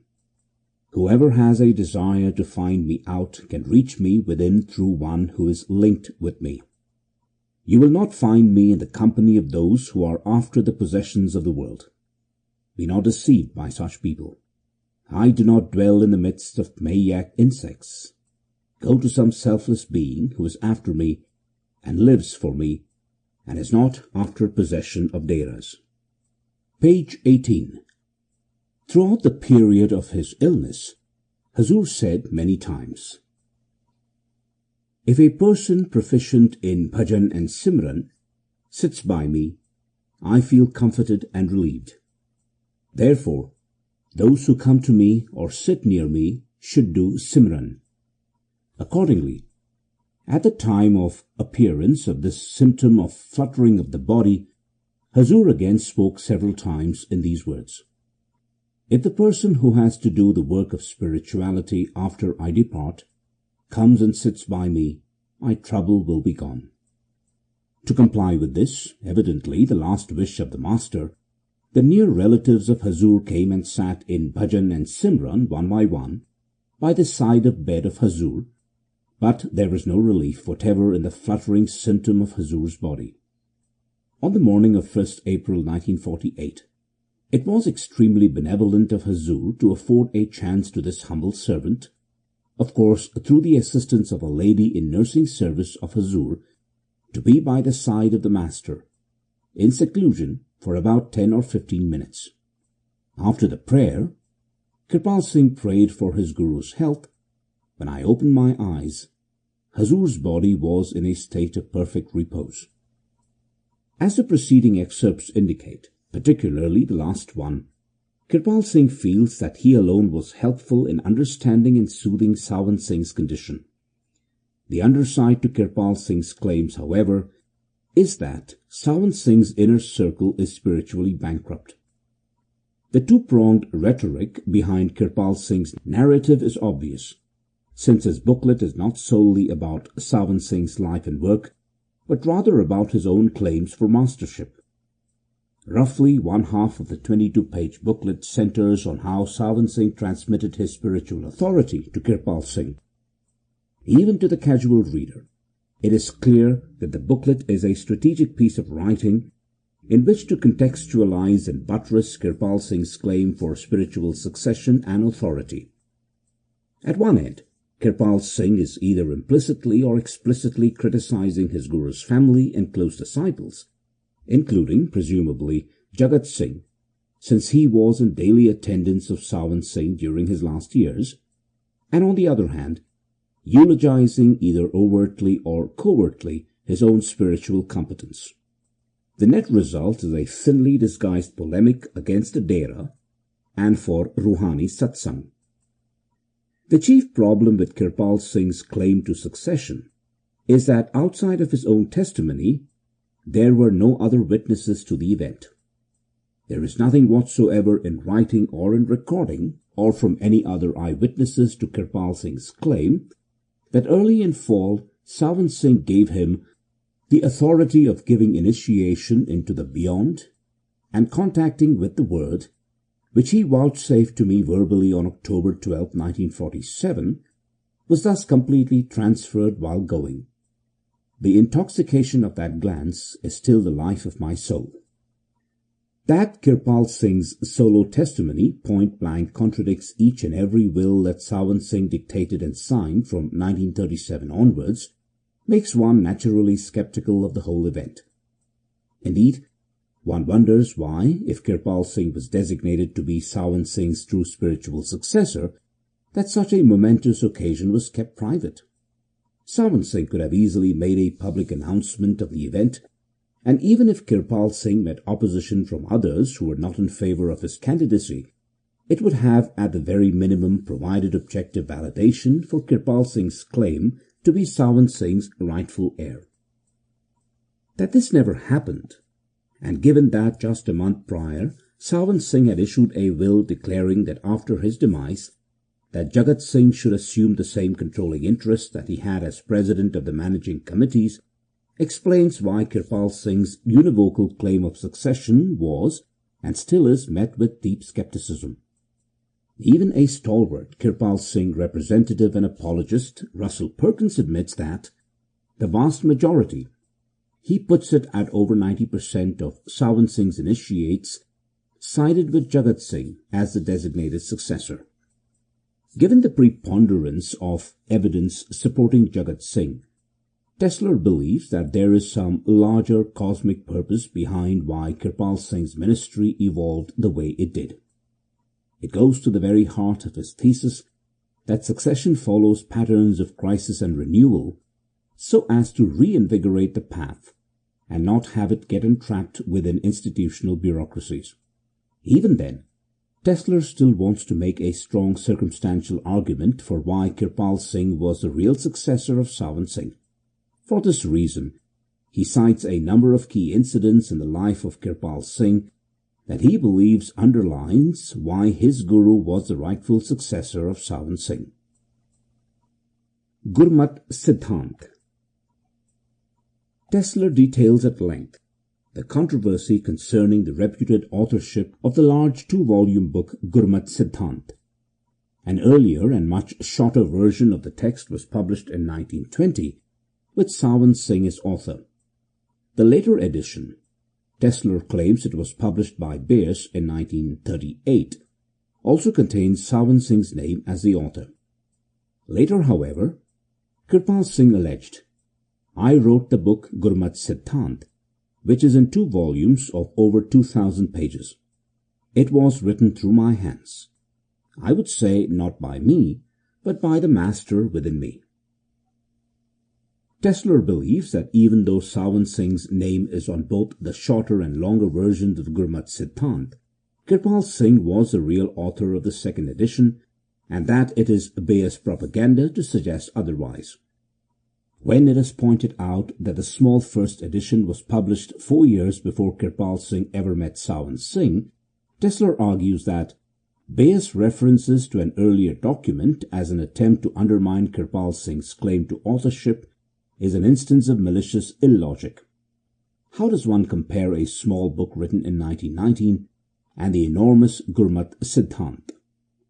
Several issues are at play here, not the least of which is that the vast majority of the second and larger edition of Gurmat Siddhant is comprised mostly of quotations from the Guru Granth Sahib and other holy scriptures. Indeed, Kirpal Singh's own son, Darshan Singh, states, "My study of Persian and Urdu enabled me to help my father in his compilation of Gurmat Siddhant. Every night around 12 or 1 in the morning, my father would come into my room and give me certain subjects on which to collect quotations from various sources. Every second or third day, he would give me a new subject. Some of these were love, separation from God, word or naam, simran, remembrance of God, dying while living, and the like. He would ask me to collect quotations on these subjects from the mystics, from Persian and Urdu poets, and from the Bible. Thus, contrary to Tesler's assertion, it is important to compare the smaller first edition with the second, since Kirpal Singh had nothing to do with the former, even if he claims authorship of the latter. The original Gurmat Siddhant lists over 80 distinct topics. As such, it forms the rudimentary basis of the book that followed it some 2 decades later. What Tesler doesn't want to acknowledge is that the later edition of Gurmat Siddhant builds upon the framework of its earlier incarnation and thus serves as a template, the very template, one should add, that Kirpal Singh didn't originate. In addition, Tesler avoids the larger and more troublesome issue of why, if Kirpal Singh was indeed the real author of Gurmat Siddhant, would Sawan Singh only put his name as the author. This is significant, if true, since it makes Sawan Singh a usurper who takes undue credit for the work of another.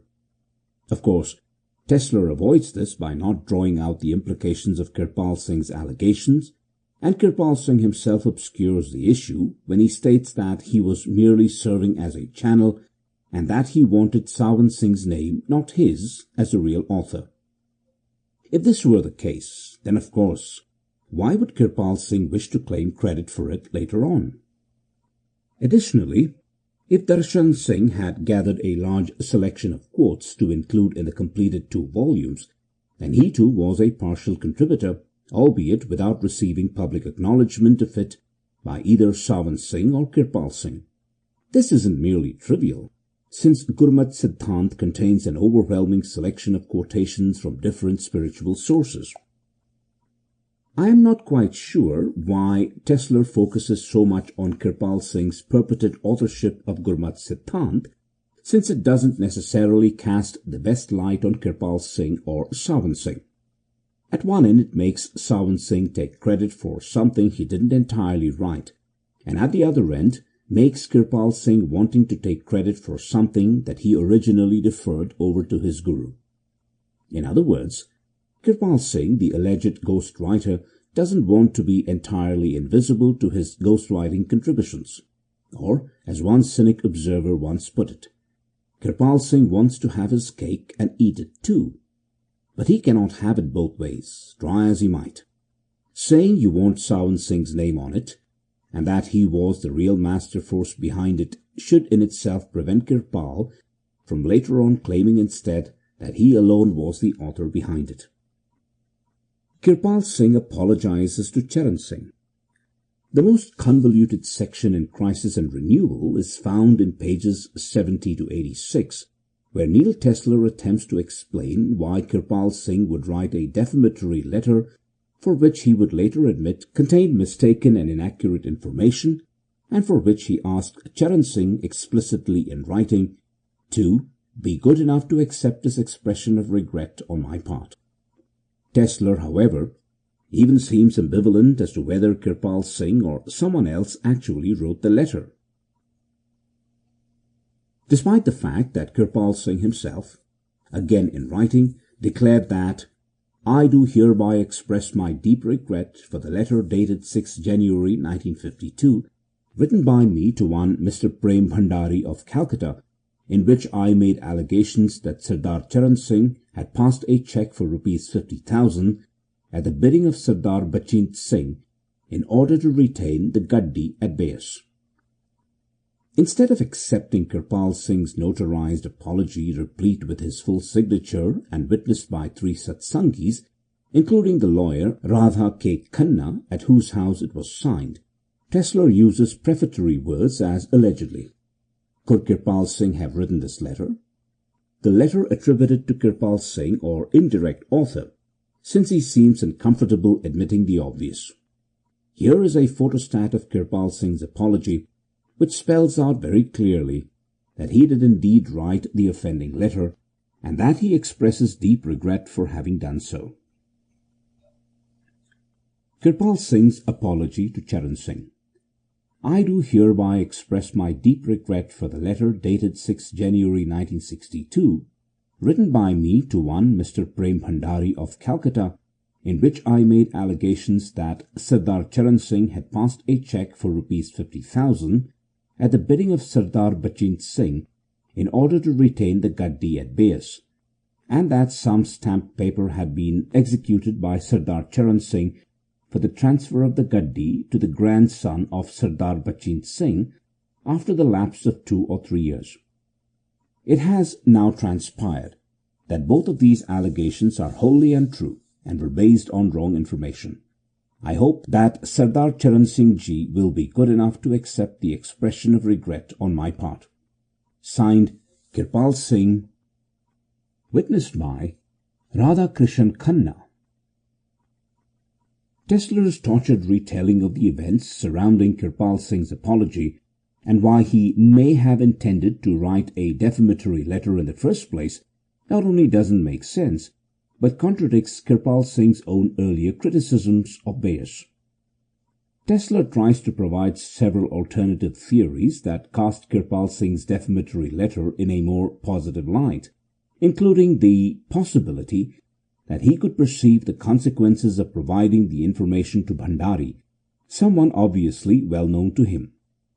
Rather than defamatory gossip as alleged by Beas, could it have been a deliberate intervention to prevent Charan Singh from abdicating? If Charan Singh had attempted a shortcut by departing from the Gaddi in his own life, it would have created a severe crisis that would certainly have undermined the integrity of the Guruship. In other words, the letter could well have prevented Charan Singh's premature abdication, which would have brought dishonour to himself as well as the spiritual mission of Hazur Sawan Singh. Furthermore, whether Kirpal Singh wrote the letter or not, in giving out the apology demanded, it is more likely that Kirpal Singh, taking the broad view, acted to protect the honour of the Gaddi of his master and of his master's family by keeping the matter out of court. If so, we must consider the fact that his own honour was being offered in exchange. What Tesler conveniently neglects to mention in his ideological spin of his Guru's apology, besides the obvious fact that Kirpal Singh admits that what he wrote was wholly untrue and based on wrong information, was that Kirpal Singh himself had no qualms whatsoever of impugning the integrity of the Beas Gaddi, nor casting slurs against Sawan Singh's immediate family. It was Kirpal Singh in 1949, just months after his Guru died, who published a number of vituperations against his Satsangi colleagues, cloaked as it were inside his dubious claim that he was quoting verbatim from conversations he had with Sawan Singh, but apparently nobody else recorded. 1. The relatives and friends sitting nearby were ignorant. 2. Spirituality cannot be entrusted to a blind person. Whoever has a desire to find me out can reach me within through one who is linked with me. 3. You will not find me in the company of those who are after the possessions of the world.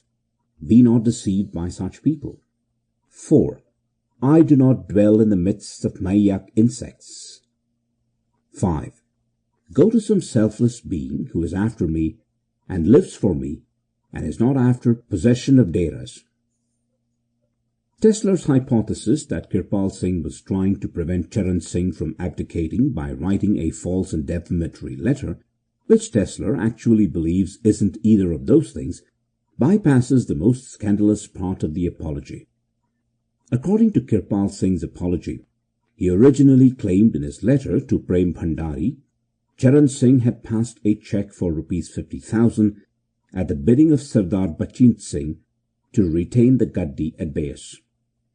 To put this in a clearer relief, which prima facie upturns Tesler's entire thesis, Charan Singh wasn't trying to abdicate the Gaddi so much as to buy it temporarily from Sawan Singh's son, Bachint Singh, for a few years, and then return the position back to Bachint Singh, who, according to Kirpal's defamatory allegations, wanted his grandson to assume the gaddi eventually. That is why, according to Kirpal's disparaging account, Charan Singh was being asked to hand over 50,000 rupees to retain it for a few years. Moreover, if Kirpal Singh really did care about the sanctity and honour of his guru's gaddi and his immediate family, he would never have published a book in 1949 criticizing them the way he did. Kirpal Singh was not in the least shy in casting invectives against the successors at Beas, as a close reading of his books reveal. On a personal note, I should add that I had a deep conversation with Radha K. Khanna about Kirpal Singh's apology in the summer of 1978, since he was one of the main brokers behind it.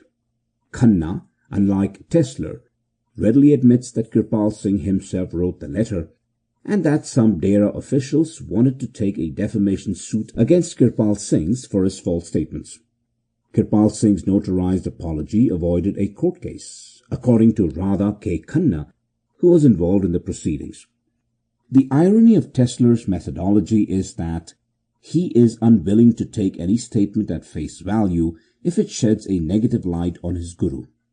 However, if something is second-hand and gossipy, and without documentation, but goes against Beas, he more or less accepts it as factual. It is perhaps for this reason that Tesler attempts to respin Kirpal Singh's apology as some sort of prophetic intervention stopping Charan Singh from abdicating. Yet, as we have pointed out, this is not the real issue at hand, since the apology has Charan actually paying money to retain it, even if only for a few years.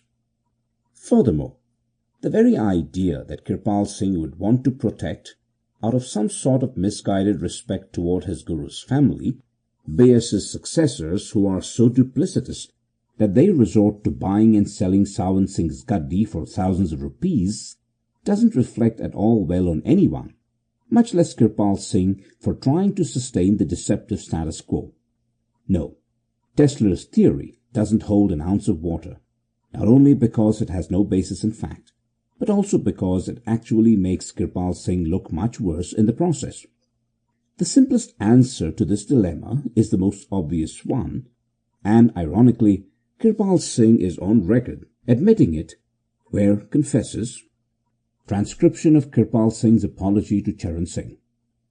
I do hereby express my deep regret for the letter dated 6 January 1952, written by me to one Mr. Prem Bhandari of Calcutta, in which I made allegations that Sardar Charan Singh had passed a cheque for Rs 50,000 at the bidding of Sardar Bachint Singh in order to retain the gaddi at Beas, and that some stamped paper had been executed by Sardar Charan Singh for the transfer of the gaddi to the grandson of Sardar Bachint Singh after the lapse of 2 or 3 years. It has now transpired that both of these allegations are wholly untrue and were based on wrong information. I hope that Sardar Charan Singh ji will be good enough to accept this expression of regret on my part. Signed, Kirpal Singh.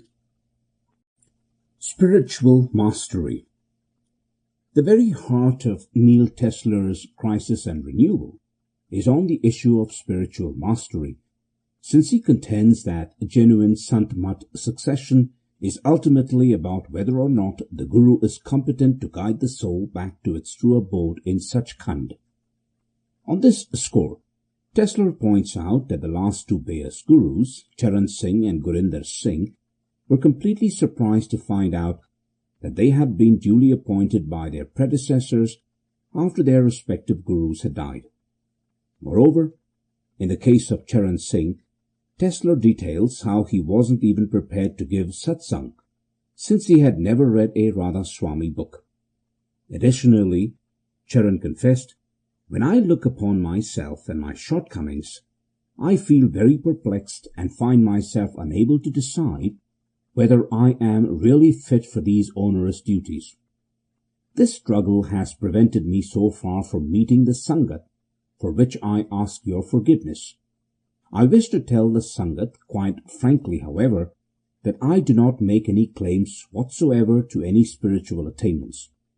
Perhaps I lack even those excellences which a good Satsangi should possess. Charan Singh also gave the following speech at his Dastarbandi, where a large crowd had gathered to see the new Guru at Beas formally installed. I feel that I am like a stone idol in a temple. According to their notions of love, some bathe it with cold water, some with hot water, and some deck it in fine clothes. But it is still an idol, all the same. Tesler wishes to draw a comparison between how Charan Singh was appointed and his confessed lack of spiritual attainment with others in the Sant Mat tradition. Clearly, Tesler feels something is amiss, and that there is something hollow at the center of Beas' succession from Charan onwards. As Tesler writes, on the Beas side, documentary evidence of the predecessor's wishes is considered a completely sufficient vehicle through the successor may both learn of and derive his authority. This would seem to stand in contradiction to a central aspect of the Sant Mat tradition, specifically direct inner spiritual experience confirmed verbally on the human plane by the living master. Yet, once again, Tesler is assuming that Sant Mat history is consistent in how previous gurus emerged, specifically in the lineages dating from the Sikh gurus onward. But a closer look at the actual history of the succession shows that it includes all sorts of twists and turns and surprises.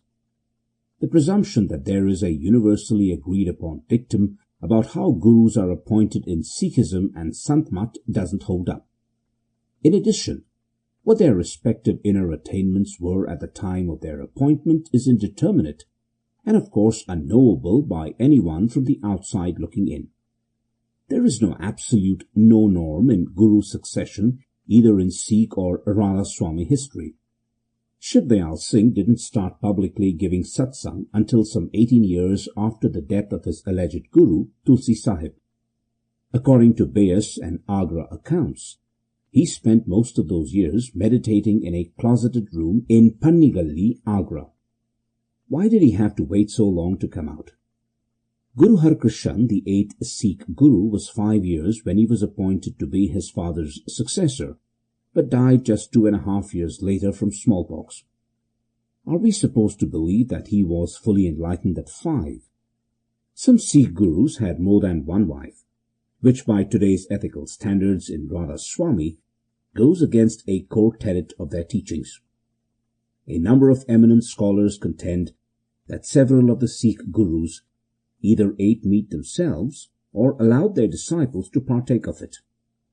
How does this square with Radha Swami's very strict adherence to vegetarianism? Nearly a decade after Shiv Dayal Singh's death, Pratap Singh resorted to beating other satsangis with a stick if they attended a rival satsang at Rai Saligram's house in People Mandi. What do such actions indicate about Pratap Singh's mental health, much less his spiritual achievements? Even Sawan Singh was having mental difficulties with his meditation, some 6 months after being appointed a guru, when he complains to Pratap Singh in Agra about being disheartened and disenchanted with the mercy of God and not yet achieving the equanimity he so desired. Pratap encouraged him to exert as much as you can in the practice of Simran, Dhyan and Bhajan, and trust absolutely in his grace and mercy. Why would Sawan Singh need such guidance if he were already fully realized? Furthermore, Sawan Singh didn't want to initiate after his guru's death, since he felt spiritually incompetent to do so. Even as late as 1906, Pratap Singh, the patron of the Beas Satsang, suggested the teachings can be given through some educated satsangi, if someone is at hand there, by sending him a paper with initiation instructions from here. How does such a paper initiation from Agra fit in with the overall consistency of Sant Mat? Who is doing the initiation and who is responsible? Pratap Singh, the council, Sawan Singh. Even after Jaimal Singh's death, Sawan Singh continued the practice of offering bait, money seva, to Pratap Singh at Swami Bagh, since it is clear that the Beas Satsang paid allegiance to Swamiji's brother and related family. In this regard, Sawan Singh wrote, "Now whenever I go to Agra, many Satsangis come to me and say, 'First I got my initiation from Panditji Brahmshankar Mishra, then from Sarkar Sahib, from the Dayal Bagh lineage, and now I got initiation from Sahibji, Sarkar's successor at Dayal Bagh, and till now I have achieved nothing.' I then replied, 'You will never achieve anything in such a way by going from one to another. If a woman were married 32 times, who will she call her husband? It is with great difficulty that we can find one real Mahatma during the course of a lifetime. Today you contemplate on the form of one, and tomorrow you turn him out and substitute another, and then a third, and so on. When Babaji Jaimal Singh passed away, I used to go to Agra to attend the satsang of Seth Pratap Singh, the younger brother of Swamiji. He was also known as Chachaji, uncle, but I never contemplated on his form. I always contemplated on the form of my own master. Others are also true saints, but a disciple should long for and contemplate only on the form of the master who accepted and initiated him. What goes unstated is that each of the gurus at Beas, including Jaimal and Sawan, never felt that they were initiating on their own accord or due to their own spiritual competency, but rather on behalf of the guru who appointed them. I mention all this because it contravenes point by point Tesler's idealized notion that there is some objective standard by which all Sikh and Radha Swami gurus adhere. Determining whether a guru is genuine or not is a subjective affair, even if we want to point to some outward guiding criteria. For example, if a master says he is enlightened, does it then follow that he is by dint of that proclamation? Or if a guru says that he is only following the orders of his predecessors and that he himself is both unworthy and not at all enlightened, does that in itself disqualify him as a spiritual teacher? These are important questions, but at the end of the day, only the seeker can resolve them, since he or she is the one seeking guidance. What too often goes unstated in these debates is that nobody actually does know the spiritual status of any so-called master or guru. What we do know are the claims or non-claims that the vying successor makes concerning his or her credentials. It is for this very reason that I focused almost exclusively in my own book on the rhetorical strategies of guru claimants, since what we are really debating when discussing succession are words and actions, not a hierarchical adjudication of altered states of consciousness. As I wrote, in the Radha Swami tradition, I have tended to avoid overusing the terms charisma and charismatic, since it obfuscates several dynamics inherent in recognizing spiritual competency. I have opted rather for a simple two-tier analysis of guru legitimation. Given that a guru in the Radha Swami tradition is by definition one who has access to a divine realm, I am concerned with how he or she convinces others of this claim. I have discovered that such processes of legitimation follow either of two directions.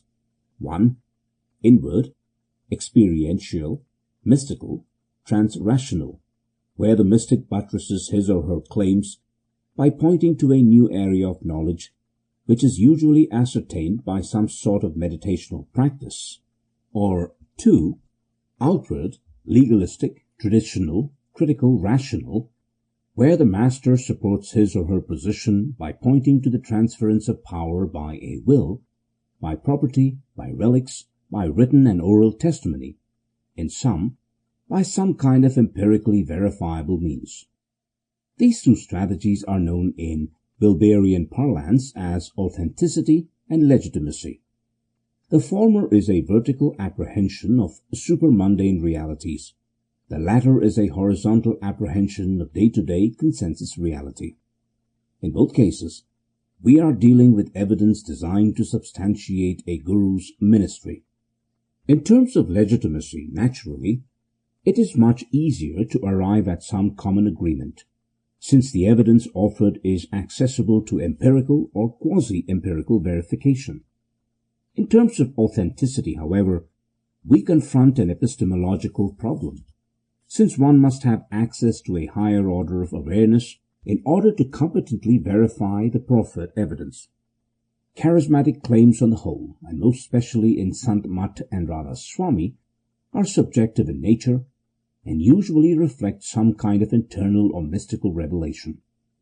Thus, when recourse is made to this type of proof, it must be kept in mind that such charismatic claims may be more of a reactionary strategy, usually made when the claimant lacks legitimacy in the eyes of the majority for attaining social status or clout, than a phenomenologically pure description of an innate or acquired spiritual gift.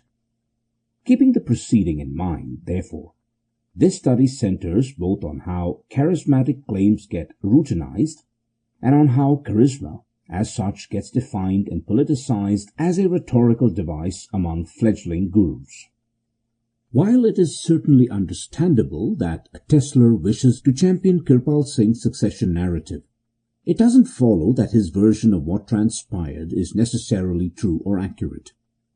We have already seen the overwhelming written evidence from Sawan Singh himself, from 1937 onwards, clearly stating he would appoint his spiritual successor by a will. The notarized statements from Sawan Singh's personal doctor, Dr. Pierre Schmidt, explaining in detail the circumstances surrounding the appointment of Jagat Singh. It is also important to acknowledge that Sawan Singh's immediate family, eldest son and eldest grandson and others, duly acknowledged that Sawan Singh passed on the gaddi to Jagat Singh. Lest we forget, it is Kirpal Singh who was forced to apologize to Charan Singh for passing on wrong and inaccurate information, not vice versa. Now, to be fair, an alternative theory suggests that Sawan Singh could have spoken with a forked tongue, saying one thing in private to Kirpal Singh, and issuing quite another edict in public. The stickling problem here, however, is that in order for this to be believable, we have to rely on secondary accounts, ranging from Kirpal Singh's own reconstituted quotes of what his guru allegedly told him, to anecdotes provided by disciples who aligned with Kirpal and his ministry. That this group comprises only a small fraction of Sawan Singh's entire Sangat, and that they lack clear written documentation advancing their cause, gives one pause.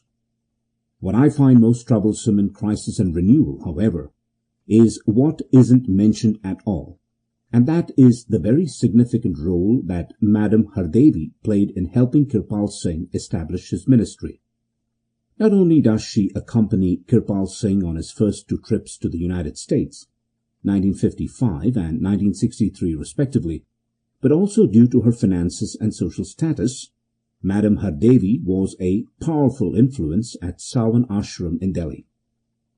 In the spring of 1988, a year before he died, I had a long interview with Kirpal Singh's son and main successor, Darshan Singh, at his ashram in Vijayanagar, Delhi. In that interview, he mentioned how pivotal Madam Hardevi was in helping Kirpal Singh establish his separate Satsang. He even admitted that she was partially responsible for the severe break between Rouhani Satsang and Beas. What is most disturbing about Madam Hardevi is the fact that after Kirpal Singh's death in 1974, her desire to retain controlling interest in Sawan Ashram was so great and so unchecked that she installed a sexual predator, Thakur Singh, as a guru, so as to avoid giving it to Kirpal's own designated successor and son, Darshan Singh. Her actions, which led to much infighting and allegations of violence and even murder at the centre and elsewhere, makes one question her earlier motives of supporting Kirpal Singh back in 1948. One would imagine that after being associated with Kirpal Singh from the very beginning of his mission, Madam Hardevi would be singularly interested in preserving his memory and last wishes. But her actions clearly indicate that her real motives were about her own self-interest, even to the point of circumventing what Kirpal Singh intended. That she would be willing to appoint a stand-in guru with a checkered lifestyle speaks volume about her own integrity. Thus, the real succession crisis that Tesler should be discussing happened when Kirpal Singh died. The prior Beas succession was by any measure a relatively smooth affair, lacking the overwhelming political intrigue that swamped Sawan ashram immediately after Kirpal Singh's death at the age of 80. It is ironic, of course, that one of the most contentious issues that confronted Darshan Singh and his candidacy was the claim that there was a will reputedly signed by Kirpal Singh confirming that he had indeed appointed his own son as his spiritual successor. A significant number of Kirpal Singh initiates found this hypocritical, since much had been made against the Beas succession being processed through a series of legal documents. The result was that a group of initiates chose not to accept any successor. Still others looked elsewhere for a guru not tied into the ugly politics of Sawan ashram. Given what transpired at Sawan ashram and the turmoil that ensued, it raised a very serious question about the motivations of those who surround and support a particular guru claimant. In the very specific case of Madam Hardevi, a woman that was held in very high regard for decades by Kirpal Singh initiates, who would invoke her name and reputation as substantiating their guru's succession from Sawan Singh. Hardevi herself was initiated by Sawan Singh. It suggests that personal and political ambitions may be more operative than one might at first suspect. Lest we forget, guru succession is a human process, and as such reflects all the foibles and weaknesses that we witness in other political processes. Yes, we may wish to believe that Sant Mat and Radha Soami shouldn't be tainted by such mundane matters, but as history reveals, it is filled with baser human concerns, such as property rights and bank accounts. Hence, who one believes and trusts in guru succession is fundamental to understanding why certain disciples align themselves with differing candidates. To put this in even sharper relief, one may ask why one would doubt Dr. Schmidt's account of Sawan Singh's appointing Jagat Singh and favour instead one by a Sevadar, who wasn't even in attendance at the time. Which stories we believe and which stories we doubt speaks volumes about our own biases and presuppositions. T.S. Khanna and the Art of Persuasion. According to Harvey Myers, Sawan Singh's sole representative in the United States, he assumed the position in the early 1930s after Julian P. Johnson left to India. As early as 1950, T.S. Khanna began to write letters to North American initiates of Sawan Singh to champion the cause of Kirpal Singh over and against Jagat Singh. As Myers explained in a bulletin dated July 4, 1950, a gentleman from India, T.S. Khanna, now located in Canada, is writing to American disciples, seeking to gain our confidence and to get us to change our allegiance. He wants us to recognize another leader, Kirpal Singh, who is held out as a successor of our late beloved master, Sri Hazur Satguru Sawan Singh Ji Maharaj. He relates that two gentlemen are seen inside at the time of initiation. He claims that his minor son sees and tells of visions, which are to keep to ourselves. Clearly, this is propaganda. He is conducting a raid on our membership to secure followers for a rival leader. He asks the names and addresses of fellow disciples, which we hold in confidence as we are directed. He asks from us the originals and copies of letters to us from the Master, intending to publish them, though lacking permission or authority. We, American Satsangis, should avoid creating a schism among ourselves by listening to his tales and visions and carrying on correspondence with him, though of course everyone is free to follow his own bent of mind. The time wasted in confusing letter writing can very well be applied to concentration and meditation. Dr. Pierre Schmidt tells us how our late beloved master chose his successor. Anyone in doubt upon any point may please refer to Dr. Pierre Schmidt. It does not become the master to enter into such matters. Let none of us engage in a controversy with this gentleman in Canada over such matters, and let us be on our guard. Kirpal Singh did in fact persuade some Beas Satsangis to his position, but the vast majority sided with Jagat Singh, despite T.S. Khanna's letter campaign. Spiritual competency and inner experiences. From pages 92 to 104 in Crisis and Renewal, Tesla writes at length about Kirpal Singh's emphasis on having an inner experience during the time of initiation. He attempts to point out that, though Kirpal Singh was forging new ground by claiming that any and all of his new initiates could have such a spiritual experience almost immediately, there is a long tradition in Sant Mat and Radha Soami of previous gurus giving glimpses of light and sound to their respective disciples, even if selectively. As I explained in my book, the Radha Soami tradition, lacking sufficient support, legal or otherwise, to cast serious doubt among the general Sangat over the succession decision at Dera, Kirpal Singh resorted to criticizing office empowerment in general. On several occasions, Kirpal Singh implied that the successors at the Dera, Jagat Singh and Charan Singh, only had the seat, not the power. An incident retold in the book Heart to Heart Talks, Volume 2, reveals Kirpal Singh's position with regard to the Dera and its successors. It so happened here in India that a man was suffering greatly on account of cancer. He could not sleep even for a moment. He was fortunately or unfortunately related to me, Gurdial Singh. So Baba Charan Singh went over there. The sick man asked, "Will you kindly help me?" Charan Singh answered, "Well, I can't do anything. As Gurdial Singh was related to me, my brother's daughter was married to his son, she dragged me there. They wanted me to put my hand on him. He said, 'Will you help me?' I told him, 'Baba Charan Singh has been with you. Why did you not request him?' I did request him, but he said, 'I can't do anything.' So I was forced to put my hand on him, you see, and all trouble was relieved." Further on in the same book, Kirpal Singh explains the difference between his mission and the Beas successors after Sawan Singh. "The other day I gave initiation to 653 people. All saw light. About 200 saw the Master's form. The teachings at Beas are the same, but the words given at initiation are not charged. His emphasis. That is the difference, my emphasis."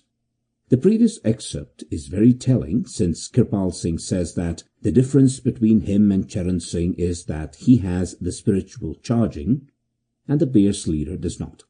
In other words, Kirpal Singh is claiming that he alone is genuine, and that he is genuine by virtue of inner spiritual power. This notion of inner power became central in supporting Kirpal Singh's legitimacy as Sawan Singh's successor. Indeed, Kirpal Singh revolutionized Sant Mat initiation practices by stressing that some type of inner experience should be received during the time of initiation. Anyone, Kirpal Singh argued, should have a direct contact with the inner light and sound during the meditation period of initiation. This would put to rest any questions seekers would have about the efficacy of the path and the competency of the Master. Yet, such an innovation was unique in the annals of Radha Soami, since no guru prior to Kirpal Singh made such a far-reaching universal requirement. To be sure, the previous gurus had emphasized inner experiences and the like. Shiv Dayal Singh, in fact, often gave first-hand glimpses to worthy and devout seekers. But all of them, including Kirpal's guru, Sawan Singh, were selective in whom they took inside. For a large number of seekers, Kirpal Singh's promising offer was tantalizing proof of his competency. However, for a small number of followers, it prompted some confusion. Since Kirpal's master, Sawan Singh, did not make the same claims during his tenure. As one Rouhani Satsang initiate explains to Kirpal Singh, I know two initiates who in the beginning read spiritual gems, and they found contradictions in it with your teachings, very minor ones, but it created a lot of problems in their mind. Later on in the conversation, the presumably same disciple expressed his surprise when learning that Sawan Singh's followers rarely received inner experiences at the time of initiation. I was reading With the Great Master in India by Julian Johnson, and I was amazed in one section it says that the master, Sawan Singh, gave initiation to over 700 people, and out of that only 2 saw light. Only 2 saw light. The disciples' amazement was well founded, since Kirpal Singh basically forged new ground, breaking precedent even with his own guru Sawan Singh, for instance, actually argued against the need for giving first-hand experiences at the time of initiation. Argues Sawan Singh, the view that one must see something at the time of initiation, or he would never be able to see anything later, is wrong. My emphasis. Experience also does not support it. Everyone is running his own course of life, which is different from all others. No two persons are alike in habit, form, and thought. All are at different stages of development. At initiation, they cannot be expected to behave alike. Only few, my emphasis, see anything then. The majority, my emphasis, take time, some weeks, some months, and some years. All are not equally keen. Malik Radha Krishna Khanna, an initiate of Sawan Singh and a close associate of Kirpal Singh, attests to the differences between both gurus' approaches to initiation. I sat in at many initiations, and sometimes he, Sawan Singh, would ask me to drill the new initiates while they were learning the 5 charged names. He would go away and leave me there. At the end, he never, my emphasis, asked who had seen this or heard that. That is something Maharaj Kirpal Singh Ji had started. My emphasis. Tesler argues that because Kirpal Singh could give first-hand experiences to disciples during their meditation sittings, it somehow proves his spiritual competence. Writes Tesler, it is taken for granted in Sant Mat that the master has the competence to raise any soul to have some type of spiritual experience. Kirpal Singh taught that everyone could have a first-hand experience at initiation and develop further on this definite basis for faith in the method. For this to happen, the competency to give the experience must be there. Aside from its value as first-hand evidence of inner vision, experience at initiation serves as a criterion to test whether the claims by a given master were valid or not. Previously, Tesler quoted his guru as saying, "A qualification of a master is given as one who can give you some experience to start with, who can appear and can remove the dark veil by giving a sitting, and you can testify that it is so." What is so odd about this section of crisis and renewal is again what Tesler chooses to leave out. Kirpal Singh's claim that he could actually give inner experiences at the time of initiation opened up a proverbial Pandora's box, since after he died, each one of his so-called successors claimed that they too could give new initiates glimpses of light and sound. Besides Darshan Singh followers, who alleged to have remarkable meditation experiences, so too did new initiates of Thakur Singh, Ajaib Singh, Harbhajan Singh, etc., and even those who only got the instructions via a tape recording of the late Kirpal Singh. Other breakaway gurus, including Singh, she was a one-time initiate of Thakur Singh, and many others, mimicked Kirpal Singh's offer of giving direct inner experiences. As such, it became an advertising ploy to draw new seekers to each of their organizations.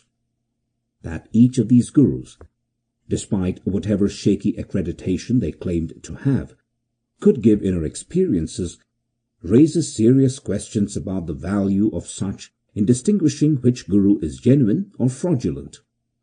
In the 1980s, I decided to conduct a series of experiments to see how easy it would be to have novice meditators have an inner experience at their very first sitting. To my astonishment, I discovered that it was quite easy to replicate what Kirpal Singh had done.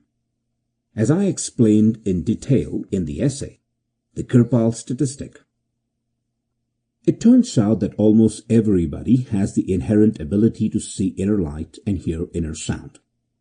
Moreover, almost everybody has the capacity to have an out-of-body experience and behold wondrous inner visions. You don't need to go to an Indian guru to have such experiences. Indeed, you don't need to go to an Indian guru to have such experiences. Indeed, you don't need to go anywhere at all. But that's not what Kirpal Singh and his successors told their vast following. Instead, unsuspecting seekers who number in the thousands were taught to believe that it was the Guru himself, not the disciple, who was orchestrating the elevation of the soul into higher regions. But Kirpal and crew were not being completely forthcoming about the mechanism that governs access to such amazing sights and sounds. The mechanism is the brain, and that 3 pounds of glorious tissue is the lot of all humans.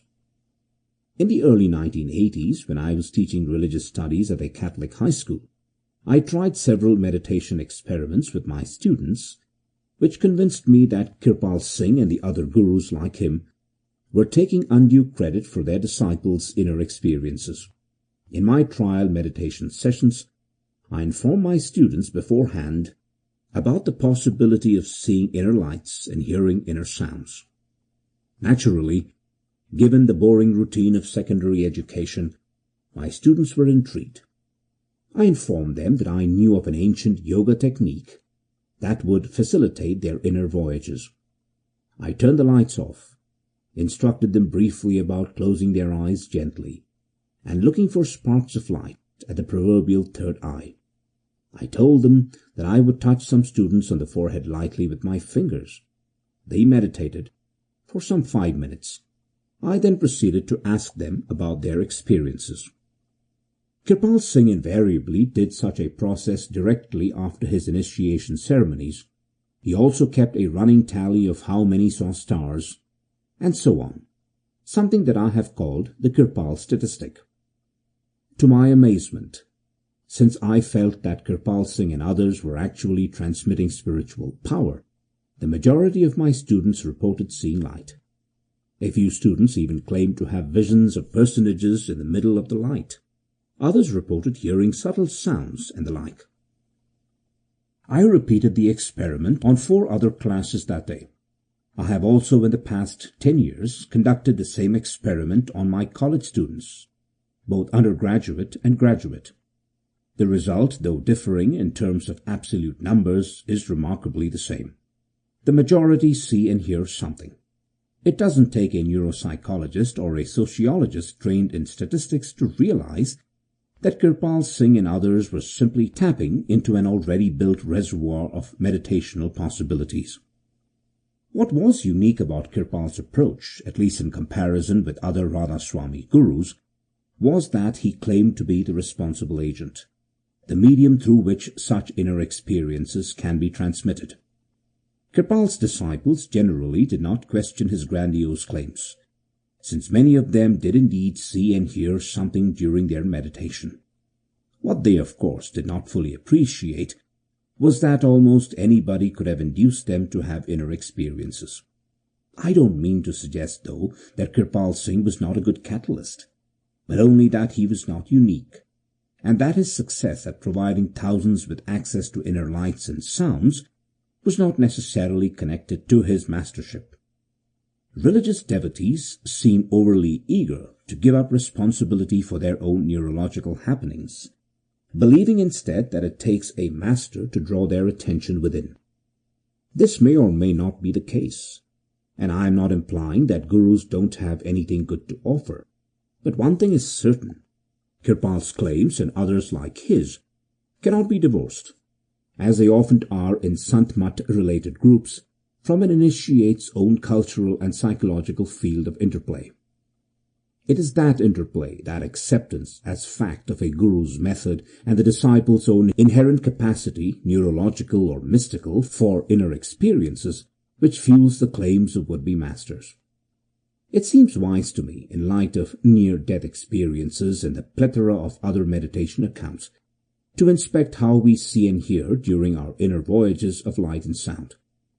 Then we may be able to understand why such experiences can occur to almost anybody, anywhere, anytime. It may also help us contextualize and appraise the claims of gurus like Kirpal Singh, who insist on taking credit for their disciples' wondrous visions. If, as I have suggested, that anybody can act as a conduit for such otherworldly experiences, then Kirpal and gurus like him should be judged on some other criteria, since their claim for uniqueness and exclusiveness are anything but unique and exclusive. The Kirpal statistic is exactly that. The probable outcome that the majority of meditators, provided the necessary instructions in Shabd or Nad yoga practice, will see and hear something. Hence, it is not at all surprising that a plethora of gurus after Kirpal Singh's death could be successful in getting their initiates to report having inner experiences. The reason for this is both simple and profound. The disciple is generating the visual and auditory fireworks, but the guru takes credit for it, even though in truth he or she does nothing. As the late Baba Fakir Chand lucidly explained, "Now, you see no Jesus Christ comes from without in anybody's visions. No Ram, no Krishna, no Buddha, and no Baba Fakir comes from without to anybody. The visions are only because of the impressions and suggestions that a disciple has already accepted in his mind. These impressions and suggestions appear to him like a dream. Nobody comes from without. This is the plain truth." Therefore, the penultimate determination of a guru's competence is actually in the mind of the disciple, given that what he or she holds to be true is fundamental. In other words, it is our own protection about the guru in question which is the driving force behind what we believe. Whether the guru is truly enlightened or not is indeterminate at this level.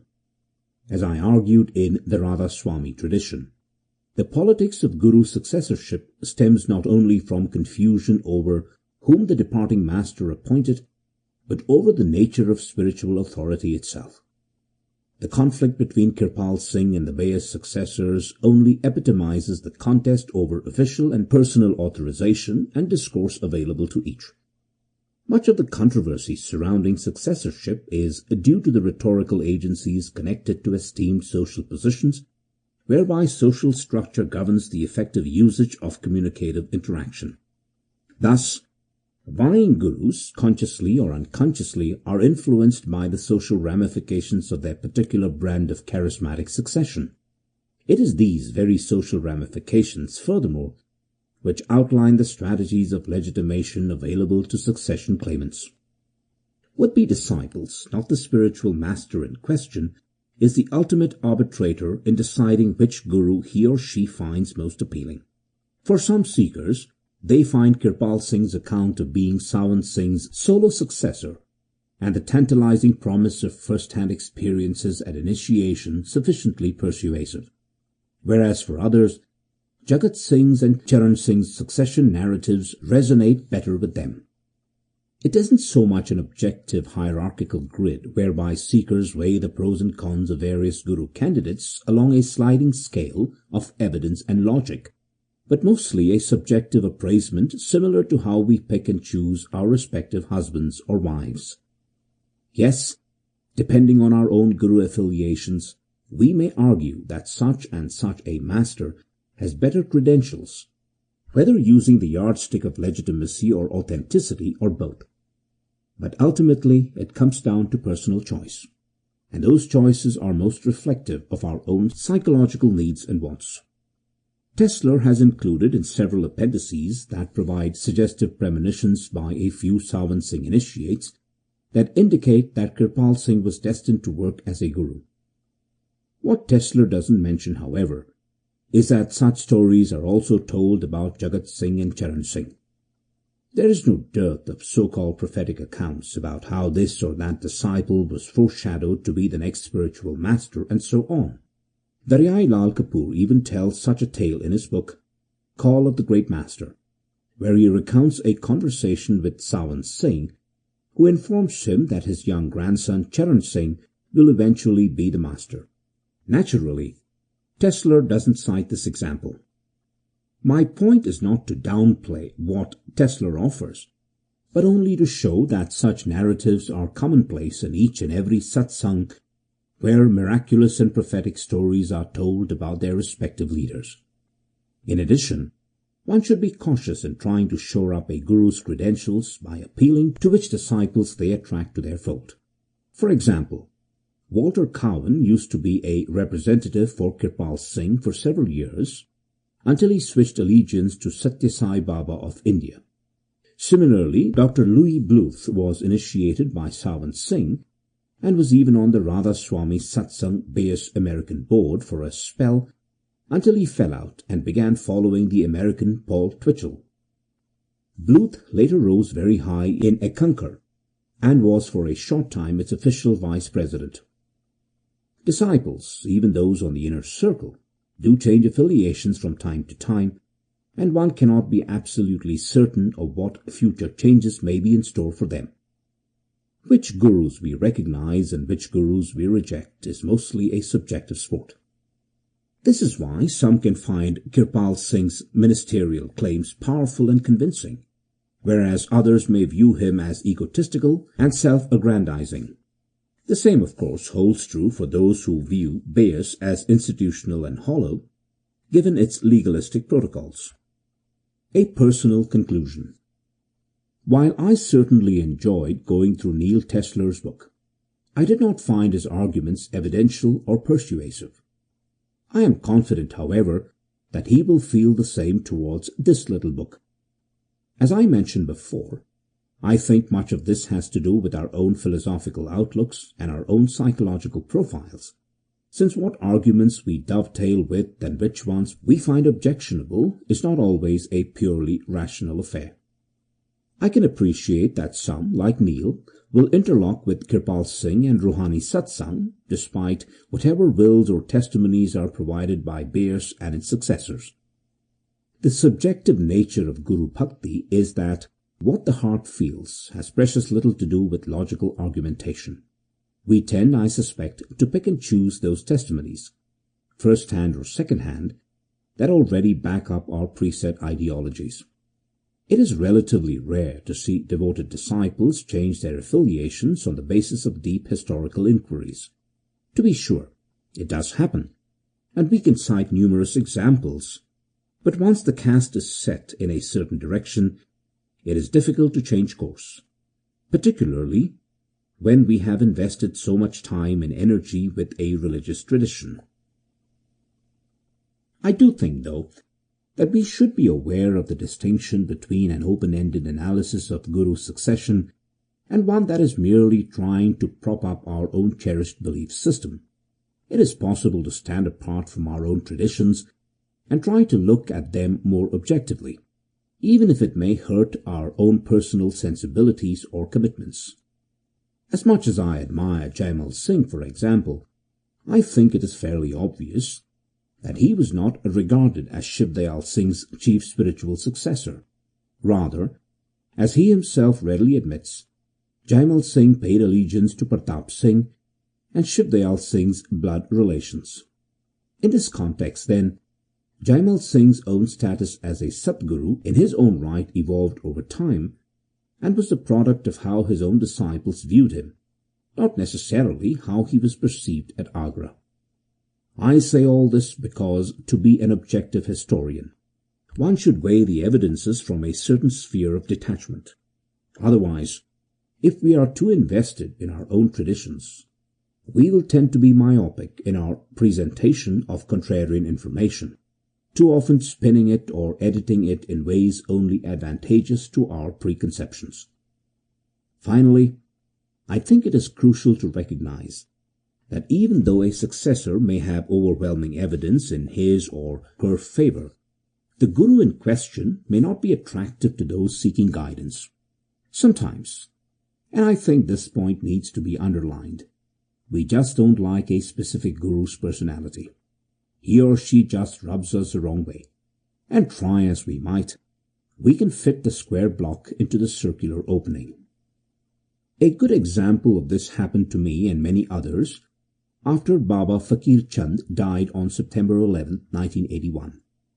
Although everyone knew beforehand that Fakir Chand had duly appointed Dr. I.C. Sharma as his main successor at Manavta Mandir, the problem was that Dr. Sharma's personality and self-aggrandizement irritated many of Fakir Chand's closest disciples.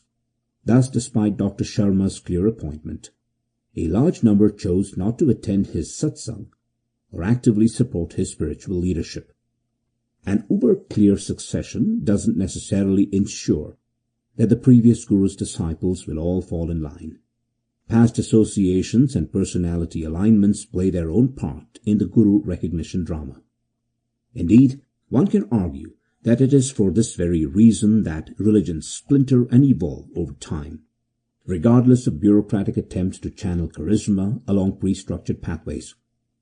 The Radha Soami tradition has produced several branches from its inception and was itself the result of a founding mystic who forged his own teachings and satsang apart from Tulsi Sahib in Hathras and his successors. Today, it is roughly estimated that there are at least 50 distinct satsangs, each claiming some sort of genealogical connection with Shiv Dayal Singh. With such a panoply of gurus, it is little wonder that succession controversies have become a contentious issue in Radha Swami history and its continued development. In closing, I think it may be appropriate to quote at length a very insightful recollection from Baba Fakir Chand concerning how petty guru succession politics can be. While we may be convinced that our chosen path is the right one, and we may invoke all sorts of reasons why we believe so, it doesn't mean that everyone else should necessarily agree with our choice. Choosing a spiritual master or refusing one is a deeply personal decision and has much more to do with our emotions than it does with our brain. There are two wise sayings I read once concerning gurus that have stuck with me all these years. The first comes from Ramana Maharishi, who suggested that the right master for a disciple is the one for whom he has the greatest respect. The second came from a friend of mine who once asked his teacher why gurus look the way they do, to which his teacher replied, "The guru's face is the sum total of his disciple's karma."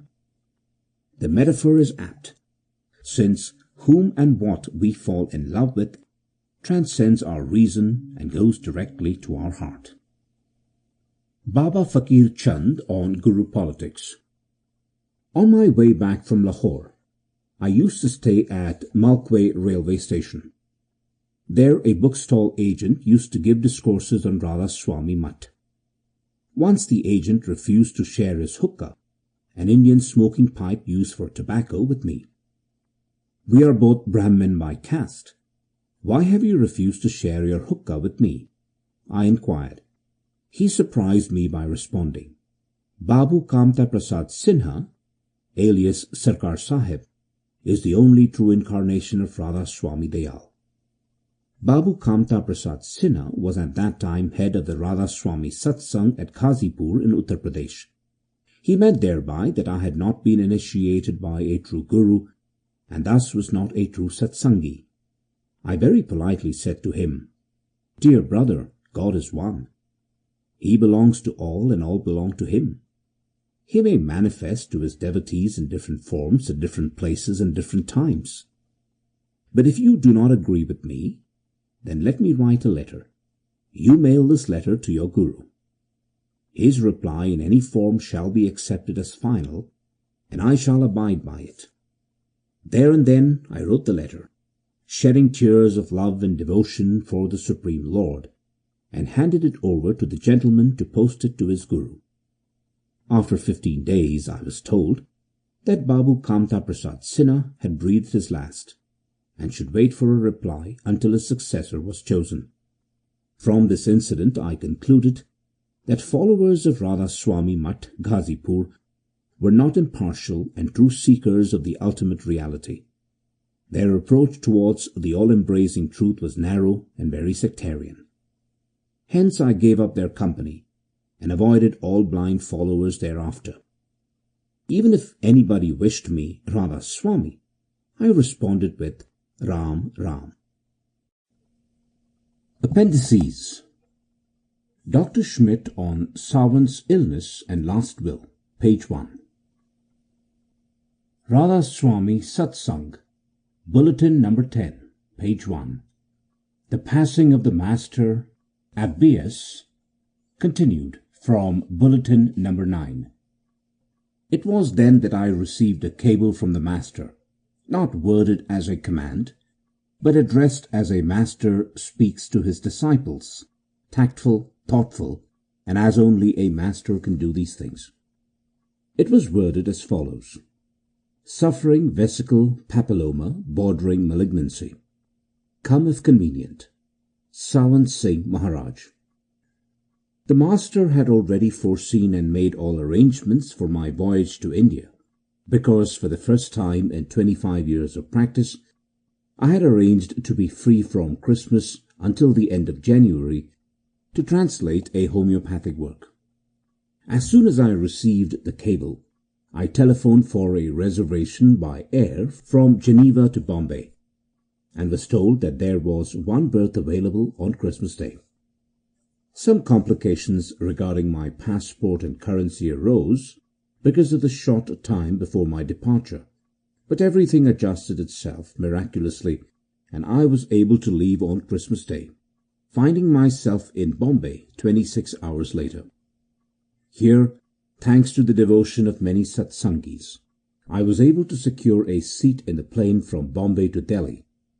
From this capital of India, a devoted disciple drove me in his car the 250 miles to Beas, arriving at the Dera in time for the very important Satsang on the anniversary of the departure of Baba Jaimal Singh, our Master's Master, the last big Satsang to be held in the presence of the Master.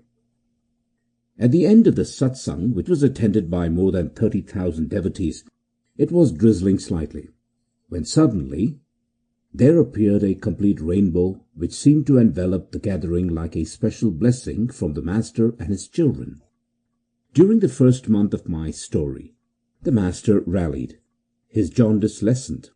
He was able to go for 3 drives in his car, and at the end of January, with his stick in his right hand and supporting himself with his left hand on my shoulder, made a last tour of his garden. But from February, he could not climb the stairs and had to be carried up in a chair, and from March he did not leave his room again. Darshan, a view of him, had to be given by the Master appearing and standing in front of the window. But soon he could only sit up, and then it had to be granted while he was lying in bed. The last darshan took place on the 28th March, although his pulse was 110 and he was very weak. The Master's bed was inclined at an angle to the window, so that the people in the courtyard below could see him. This darshan lasted 45 minutes, during which time 40,000 satsangis filed past their Master, their hands together, their eyes wet with emotion and devotion, below the window of his room, and at the rate of 1,000 disciples a minute. This scene made one of the deepest impressions on me of my whole stay at the Dera. For 3 months I was to be at the bedside of my Master, and to see him several times daily, to be truly right by his side, and often with his hand in mine. How can I describe my observations and the impressions I received from such intimacy? But my position was not easy, for I was unable, so to speak, to talk to him alone, but only through interpreters. I heard around me a language I did not understand, and only by their expressions could I gauge the reactions of his entourage. At first, there were always 8, if not more people in the room, at each visit, and what I felt to be the greatest problem was to realize when to discriminate between the Master and the patient. In the first instance, I had to surrender to his wishes. In the second case, it was I who issued the orders. He was very brave, and underwent without complaint all the treatments I had to give him: massage, Chinese acupuncture, etc. But those around him, with all their fears, their conflicting advice on what should or should not be done, made me feel that I was continually being tested. I learned during those 3 months what the path of the disciples signified, what was meant by the words resignation, being stripped of self, the unconditional gift of all one's being, in fact, the true meaning of surrender. It was now understood, not in theory, but actually, what was the significance of the tale of King Janak, from whom was demanded the renunciation of all power and riches, his abdication as a king to become instead a humble servant, and the renunciation of not only his body, but even his mind to his master. On initiation, the master asks us to consider that henceforth nothing belongs to us, that all possessions should be dedicated to the master, though he takes nothing. He wishes us to adopt the frame of mind of one who is approaching death, and realizes that no worldly possessions can accompany him. The master asks everything, but himself takes nothing. I thought I would be in India for 2 or at most 3 months. I made all my arrangements to leave a lucrative and all-absorbing practice, to ensure that the salaries of my staff and all the expenses of a big household would be met after the cost of the journey by air in India, and furthermore, I was unable to be with my family for the Christmas and New Year festivities. But I mention this solely to emphasize that at no moment did I have any hesitation or the least inquietude. At times there are problems which cannot be dealt with through the mind. One follows a certain course, because one realizes that a higher and a protective power is directing and guiding one. I was actually away for 4 months, and the future was to prove that my confidence in my mission was not misplaced.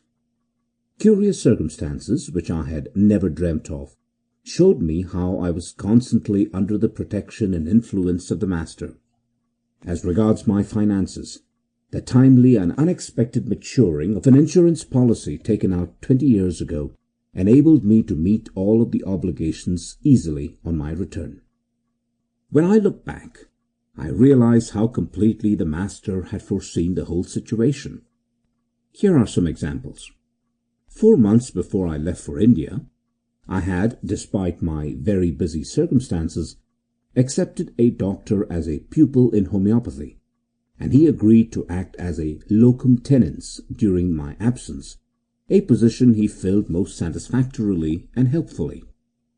Again, the aeroplane in which I was to return came to grief at Shannon. Another was destroyed by fire at Karachi. A few days before my return from Bombay, a plane of the same company crashed in Ireland.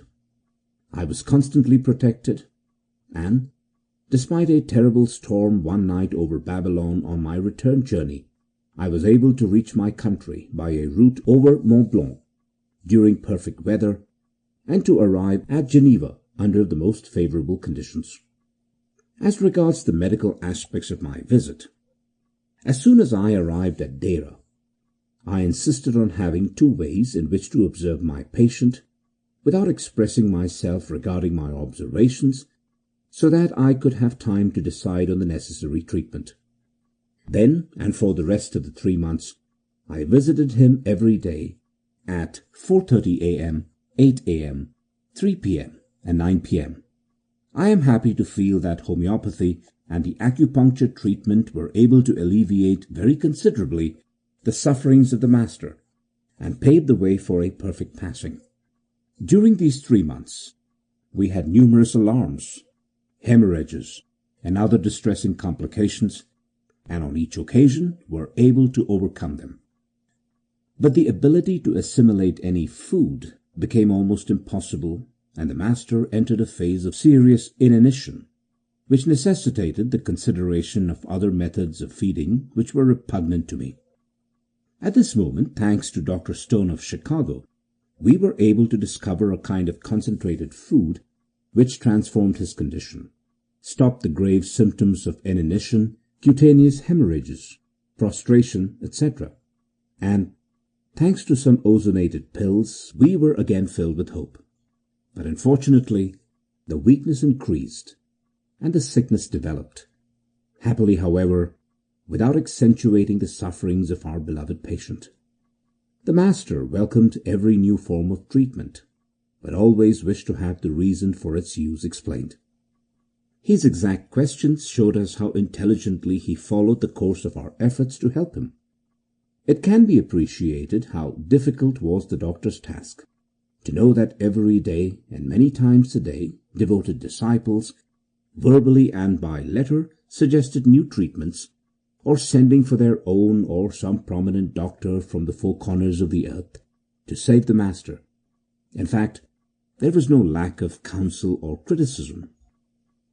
But I was touched by the confidence of my master, who insisted that each proposal was first submitted to me, and he accepted my verdict, which, however, I always had to justify. One yes or no was not enough. I had to furnish precise arguments for or against the new remedies or means proposed.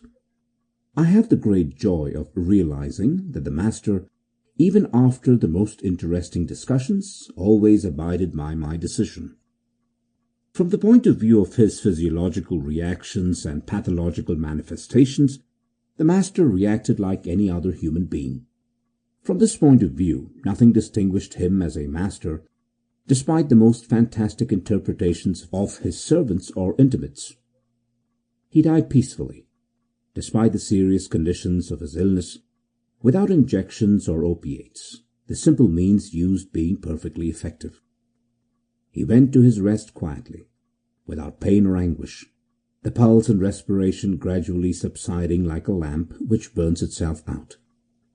At the supreme moment, a few minutes after the heart had ceased to beat, a slight movement of the jaw and a turn of the head to the right, a final inspiration with his eyes directed upward, then a dilation of the pupil formed the ultimate manifestations of life in this great master.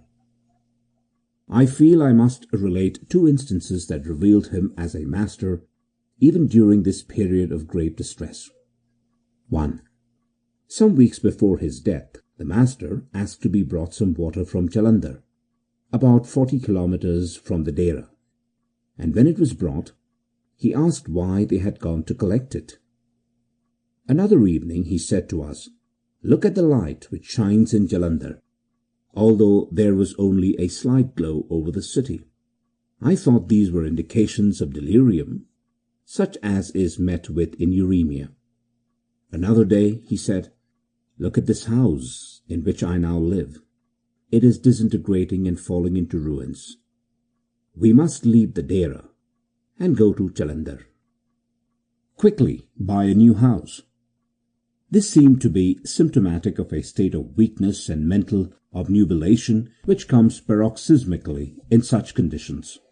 But later we realized what he meant, for it was his way of indicating his successor, who came from Jalandhar.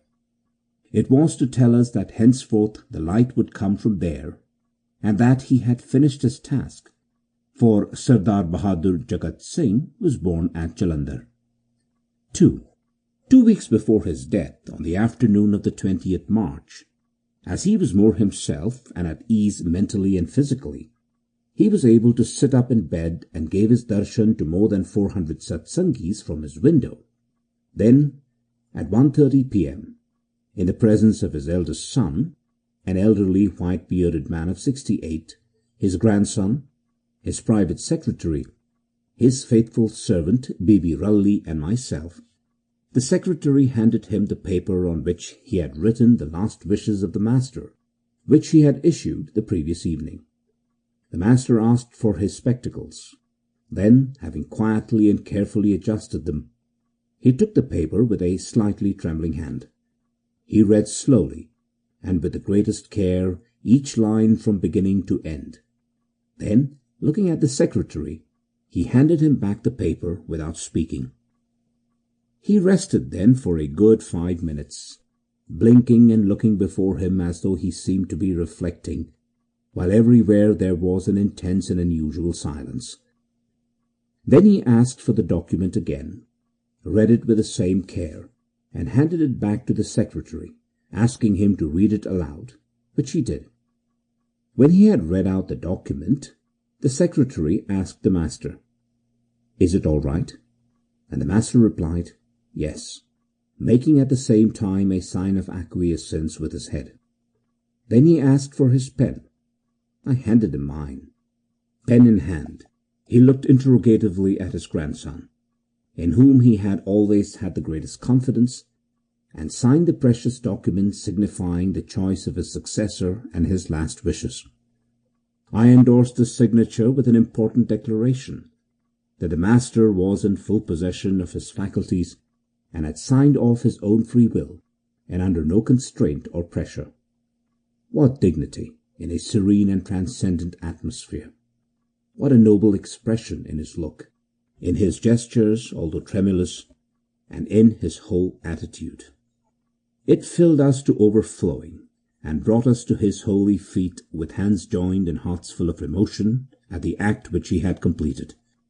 To think that he was there alive, and that what he had just done announced that soon he would no longer be with us in the flesh. I will never forget the silence, and, even more so, the complete peace which seemed to permeate us with an infinite blessing. Seated across his bed, supported on a big cushion of blue velvet, wrapped in a shawl of white Angora wool, bareheaded, without a turban, and with an ineffable look in his eye, from which radiated his supreme authority and his spiritual power, from him emanated something I cannot describe. It was so profound and supernatural. We felt very small and very negligible before one who knew all. Then we became, as it were, permeated by a serenity, an inner peace, which made us forget the world wherein we live. We ceased to be conscious even of ourselves, our eyes filled with tears of joy, bathed as we were in the beatific atmosphere of this great master.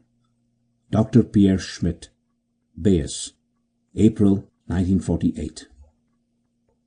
The death and cremation ceremony of Sawan Singh.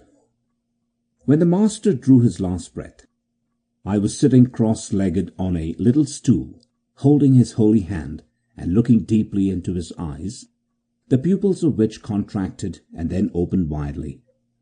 I saw the last inspiration and felt the last beat of his heart.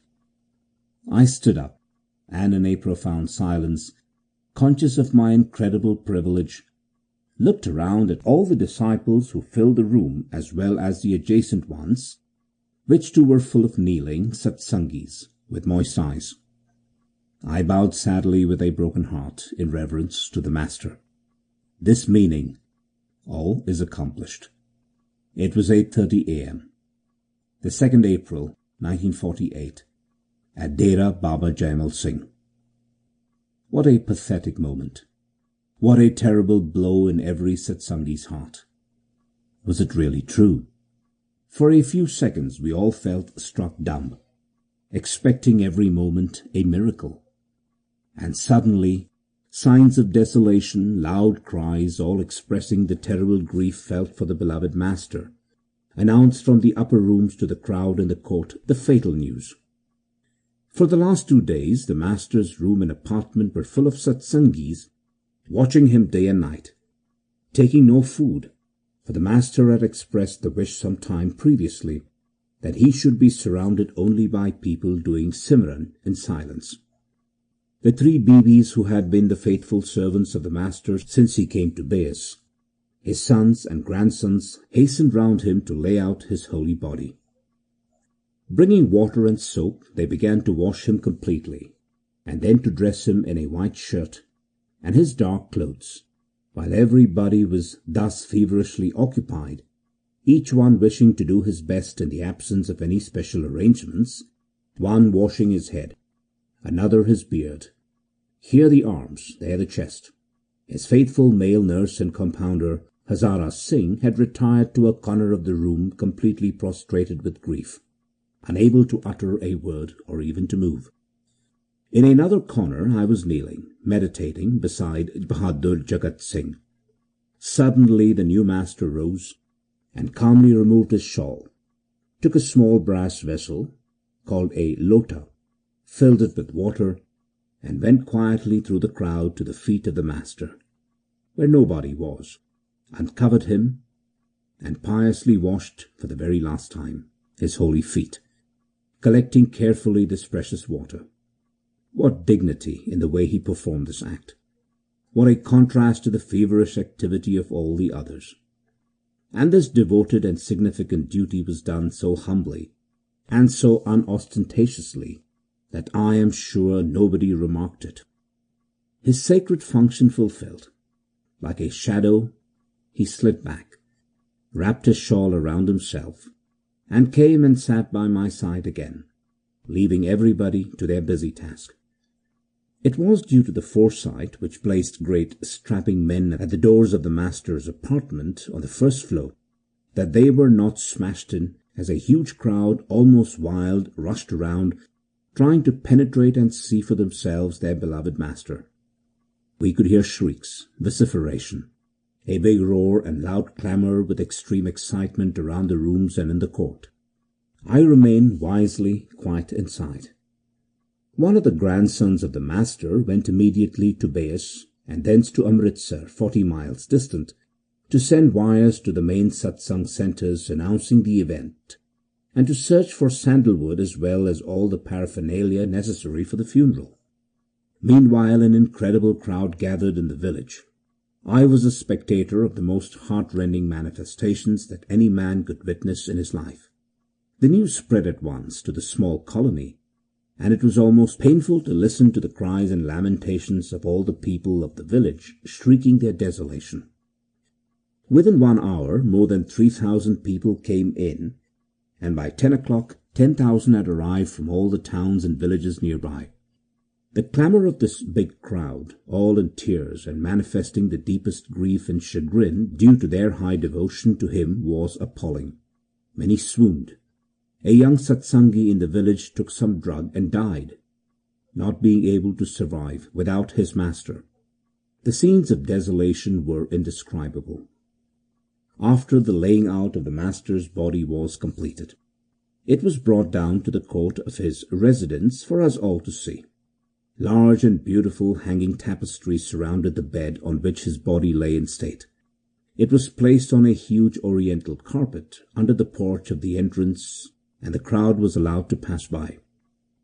One by one they filed past for more than 5 hours, an uninterrupted concourse of satsangis who had come to pay homage at his holy feet and contemplate his visage, which, though like marble, still expressed a deep serenity. The scenes of lamentations, cries, and the desolation of his disciples were beyond description. And there I saw what the words devotion and love really mean. From the lowest class to the very highest, from the untouchables, the sweepers, to the Brahmins and the Pandits, Muslim as well as Hindu, and all religions, everyone came and bowed humbly before his holy body. It was a real prostration. Everyone was wishing to see and even to touch him. To preserve order, a special organization was established to shepherd the throng of people, as everybody wanted to assure themselves with their own eyes that he really was dead, not being able to believe the implacable reality. Everyone threw flowers, perfumes, pieces of money, while aromatics were prepared to put around his body for the cremation. Then he was placed in a beautiful and imposing catafalque, surrounded by red drapery, adorned with silver and gold decorations. How a decision was required as to whether the cremation ceremony should be carried out the same day or later, because numerous satsangis begged and insisted on its postponement for some days, in order that their friends and families, who had not yet been notified of the death, could arrive and see the master for the last time. But custom in India requires that the cremation be effected the death's day. In fact, with the heat and climate prevailing in the country, it would be difficult to postpone. Consequently, it was decided to cremate the body at sunset that evening. To be continued.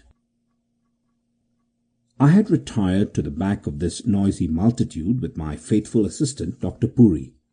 We were as though isolated, praying silently in our hearts to our Master, seemingly out of the world. I felt a poor foreigner wondering if I were still living. I was saying to myself, I am now orphan-like, having lost everything, abandoned, with nobody from whom to seek advice and help, a poor soul lost in the desert. And at this very moment the crowd opened, making way for a white personage with quite a following, and with an expression of divine goodness and love. It was the new Master, coming with outstretched hands and asking me, "Can you believe it?" if he could sit beside me. What an answer to my broken heart and my despair! What a touching and moving symbol of the Master's blessing! We remained silently seated, attending piously the ceremony, hearing the crackling of the flames mixed with the singing of the people. Nuts, dried dates, pieces of nutmeg were thrown around as is the custom. It was windy and raining slightly. All nature was sad and dark. After some little while, the Master rose and asked me to follow him. I walked near him, holding my umbrella against wind and rain, lifting, like everyone else, my trousers with one hand to prevent them getting too dirty, when suddenly, as we stopped and looked backward at the glow of the fire, the storm, the rain and the wind ceased, and behind the dera a most extraordinary sunset allowed us to see the Satsang hall, built by our Master, profiling itself in black over a blood-red sky, making an awe-inspiring and grandiose scene. The death and cremation ceremony of the Master continued from Bulletin number 11. At 5 p.m., in very windy, grey and stormy weather, all nature being upset and in movement, the precious body was coffined, and the catafalque, marvellously decorated, was carried by 12 of the Master's most intimate Satsangis, the new Master included, to be transported from the village to the edge of the Beas river, down to the sandy cliff shore 4 miles from the dera, in the old bed of the river. The coffin-bearers had to cross sandhills and water up to their knees, and the journey took them 1.5 hours. Hemmed in by 20,000 people throwing flowers and money as is the custom, vociferating, jostling and hustling, raising clouds of dust around and hiding almost completely the catafalque and its porters, who had to be changed during the crossing. A barrier of ropes had been put around the funeral pyre, but the crowd was so great that in a moment the ropes had been surmounted, as everyone wished to be nearest to the pyre, which was being erected with precious woods, especially sandalwood, the wood which perfumes the axe that cuts it. These big logs of sandalwood were circulated through the crowd, as it is the custom that everyone has to touch them before they are burnt. The pyre was then completed, the body of the Master being placed upon it and covered with other pieces of wood. All interstices were stuffed with twigs of sugar cane mixed with clarified butter, to which were added aromatics and precious oriental perfumes, and the fire was lighted. On one side, the multitude surrounding the mortal remains of their venerated Master still being consumed, and on the other, the fiery sky as an echo to this unforgettable ceremony. A guard of 4 men had been placed over the pyre, which burned for a day and a half. The night of the 2nd April was appalling. Terrible sandstorms, rolling claps of thunder and flashes of lightning, and then waterspouts of rain. In spite of all of this, the 4 Satsangis, squatting down, remained throughout the night round the pyre, watching the sacred mortal remains of the Master still burning, completely detached from those bursting and breaking elements of nature. On the afternoon of the 4th April, the ceremony of the ashes were performed. Milk was thrown over the sacred bones to cool them. Then the intimate disciples and members of his family, one after another, after filling many buckets, passed them over to a long row of Satsangis who numbered 300, strung across the river, where the ashes with the sand were thrown into the river. This ceremony lasted the whole afternoon. They very kindly gave me a horse to ride back to the village on, and I felt deeply touched by the many delegations of people who came to thank me for attending the master during those 3 months. The new master came personally to my bungalow, and taking me in his arms, thanked me in the most touching way. This very moment, this, as I might say, translation from one master to another, impressed the very depth of my heart, and I shall never forget this instant which I felt was sacred and like an infinite blessing. Hazur Maharaj Sawan Singh Sahib was a real and great master. He is still in the hearts of all his initiated disciples, till they shall meet him in his radiant form. Geneva, Switzerland, 2nd April 1949. Dr. P. Schmidt. Visit of Indian Delegate to United Nations. The American Satsangis lately were favored and honored by a visit from one of our sister disciples holding a responsible political office. The Indian government in December 1949 appointed the Rani Lakshmibai Rajwade, N.D., to be its alternate delegate to the Social and Economic Council of the United Nations, meeting at Lake Success, New York.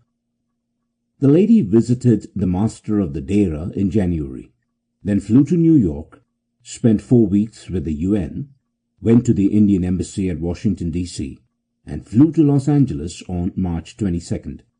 Here she was the guest of Dr. and Mrs. Sharma. When in Los Angeles, she expressed a desire to meet some of the California Satsangis.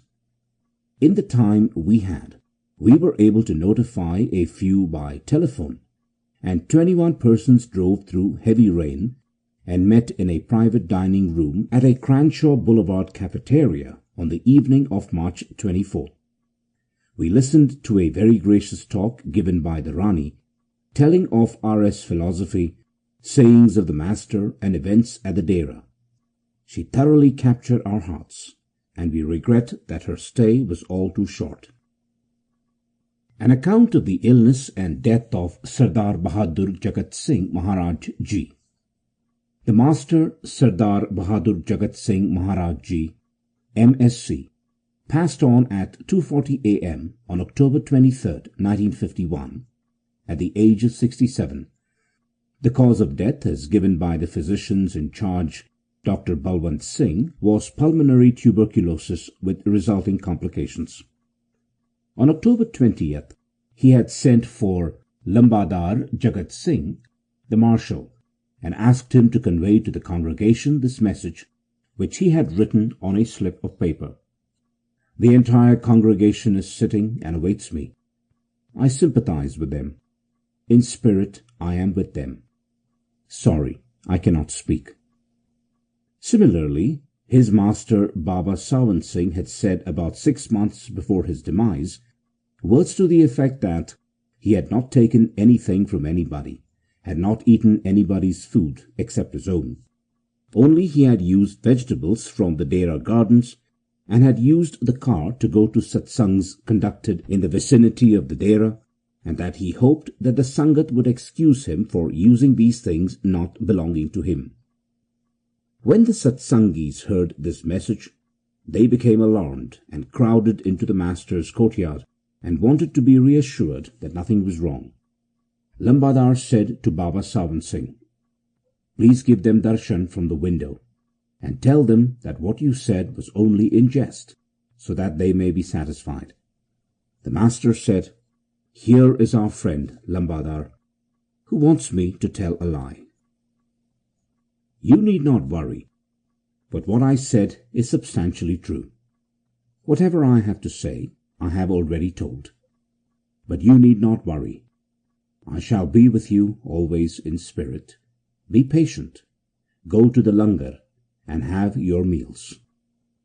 On October 20th, 1951, Dr. Balwant Singh wrote a memorandum informing the master that his condition was very serious. The master, Sardar Bahadur Jagat Singh, looked at the note, smiled, and said, "It is a trial. Don't worry." Then Judge Munshi Ram, secretary, approached the master, suggesting that he make a will, and the master said, "Have patience and see what happens." At about 7:45 on October 22nd, the doctor again gave the master a chit stating the seriousness of his condition.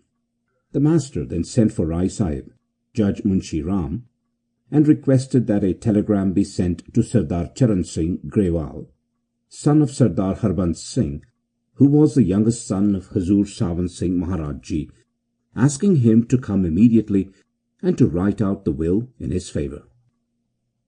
An account of the illness and death of Sardar Bahadur Jagat Singh Maharaj Ji, continued from Bulletin 17. The will was prepared and read out to the master by Munshi Ram, secretary, and then it was handed to the master to be read. Pandit Lal Chand put the master's glasses on for him.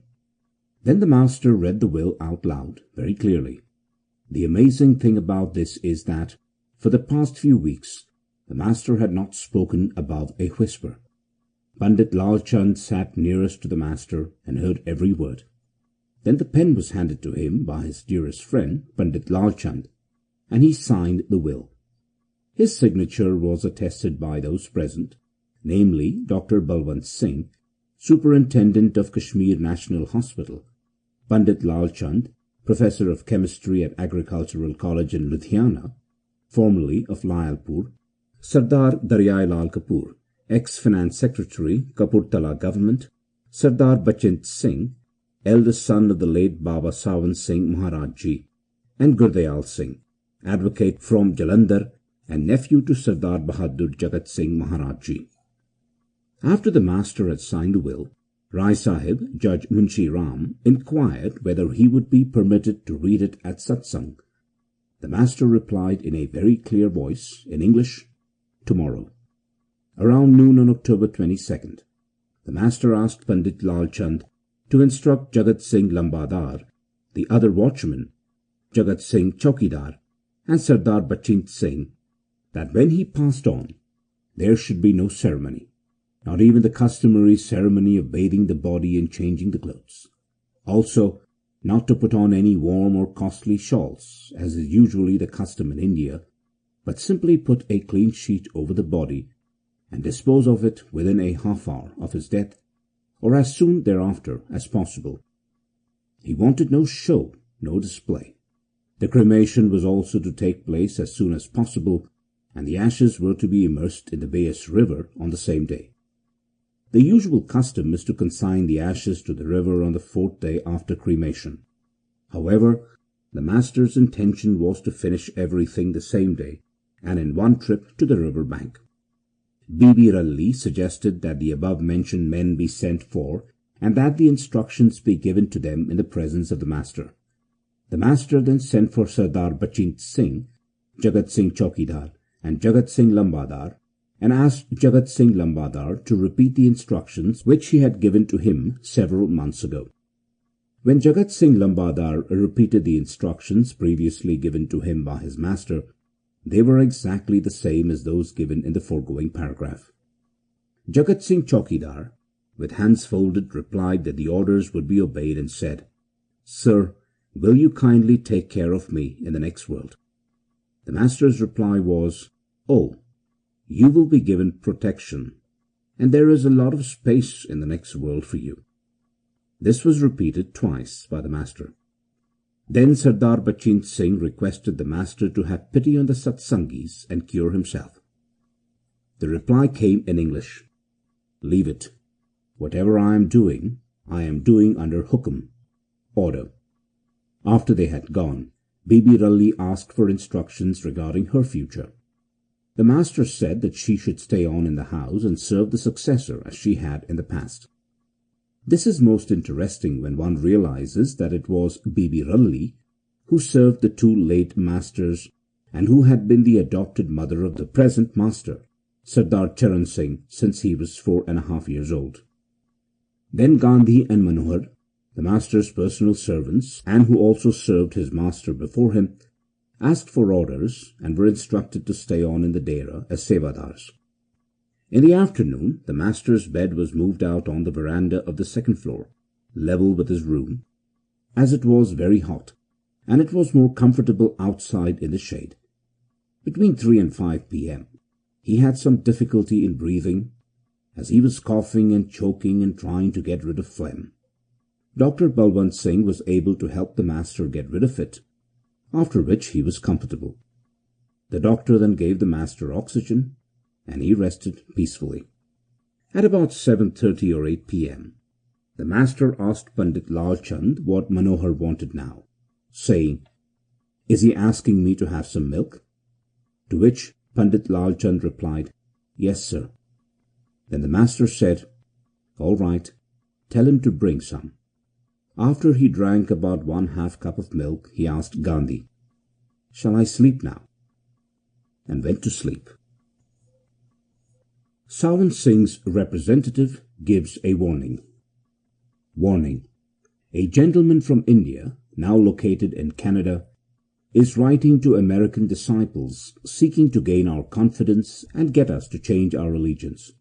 He wants us to recognize another leader who is held out as a successor of our late beloved master, Sri Hazur Satguru Sawan Singh Ji Maharaj. He relates that 2 gentlemen are seen inside at the time of initiation. He says that his minor son sees and tells of visions, which we are to keep to ourselves. Clearly, this is propaganda.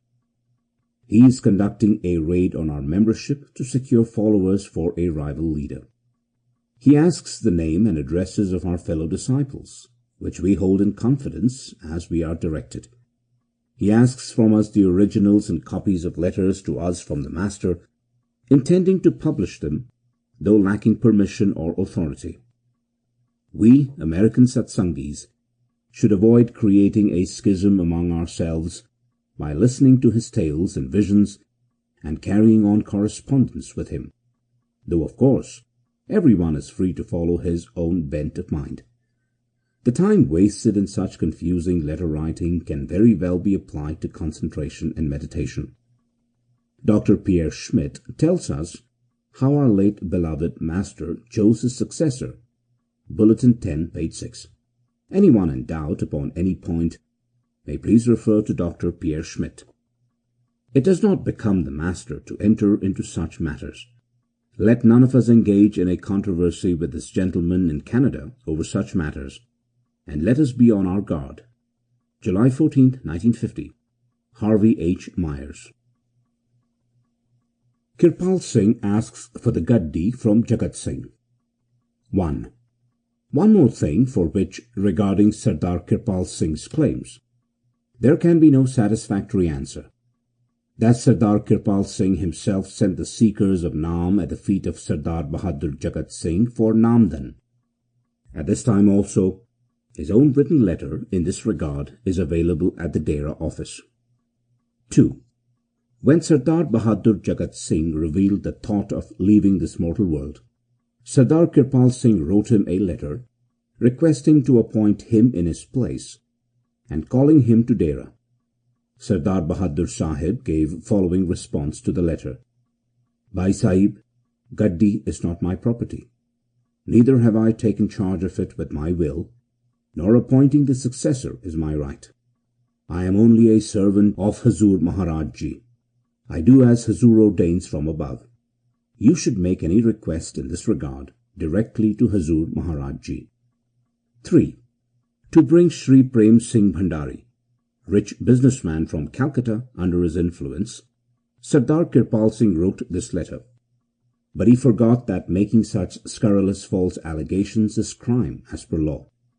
But 6 months later, when he understood this, on 15 June 1952, he wrote another letter to Sri Prem Singh Bhandari in order to get back his original letter and requested, "Please return my letter of 6 January 1952. I want to see something on it, and it's very important. I expect you will be kind enough to return my original letter and oblige. Daryai Lal Kapoor." Epilogue. Neil Tesler, in the preface to Crisis and Renewal, quotes a passage from the famous book, later movie, Lost Horizon, wherein it is written, "I am quite content, but I must accustom myself to a strange sensation in the hours that remain. I must realize that I have time for only one thing more. Can you imagine what that is?" Conway was silent. "It concerns you, my son. You do me a great honor. I have in mind to do much more than that." Conway bowed slightly, but did not speak, and the High Lama, after waiting a while, resumed. "You know, perhaps, that the frequency of these talks is unusual here, but it is our tradition, if I may permit myself the paradox, that we are never slaves to tradition. We have no rigidities, no inexorable rules. We do as we think fit, guided a little by the example of the past, but still more by our present wisdom, and by our clairvoyance of the future. And thus it is that I am encouraged to do this final thing." Conway was still silent. "I place in your hands, my son, the heritage and destiny of Shangri-La." It is perhaps unconsciously ironic that Tesler would quote from this particular classic, since the main hero of the story, Robert Conway, is kidnapped against his will and more or less forced to be a prisoner, albeit a relatively happy one, of Shangri-La in Tibet. The High Lama is getting ready to die, and in search of a successor has chosen Robert Conway, who is completely unaware of this planned destiny for him. Interestingly, instead of assuming the succession, he decides to leave the idyllic land and help out his fellow companion Mallinson. In the movie version, this character becomes his blood brother, who wants to return home to England. Robert Conway, being a diplomat and writer, is not trained in the spiritual practices of Father Perrault, a Catholic monk from Luxembourg, who as the High Lama created the Lamasery decades prior. In other words, Conway is completely taken by surprise that he is destined to be the next spiritual leader of Shangri-La, and instead of immediately assuming this exalted position, immediately runs away, only later to try to find his way back. The Robert Conway of Lost Horizon reminds us not of Kirpal Singh, but of Charan Singh, who was taken by complete surprise when appointed as the successor to Jagat Singh, and who, when learning of his appointment, tried to run away from the Dera, only to be encouraged, one is tempted to say forced, to assume the Gaddi. Why would the High Lama choose Robert Conway, when he was not trained as a Catholic monk, to take over such an important position? Well, the answer is simple. He trusted Conway, and he admired his judgment. Those twin qualities may also be more operative in Guru succession than we might at first suspect.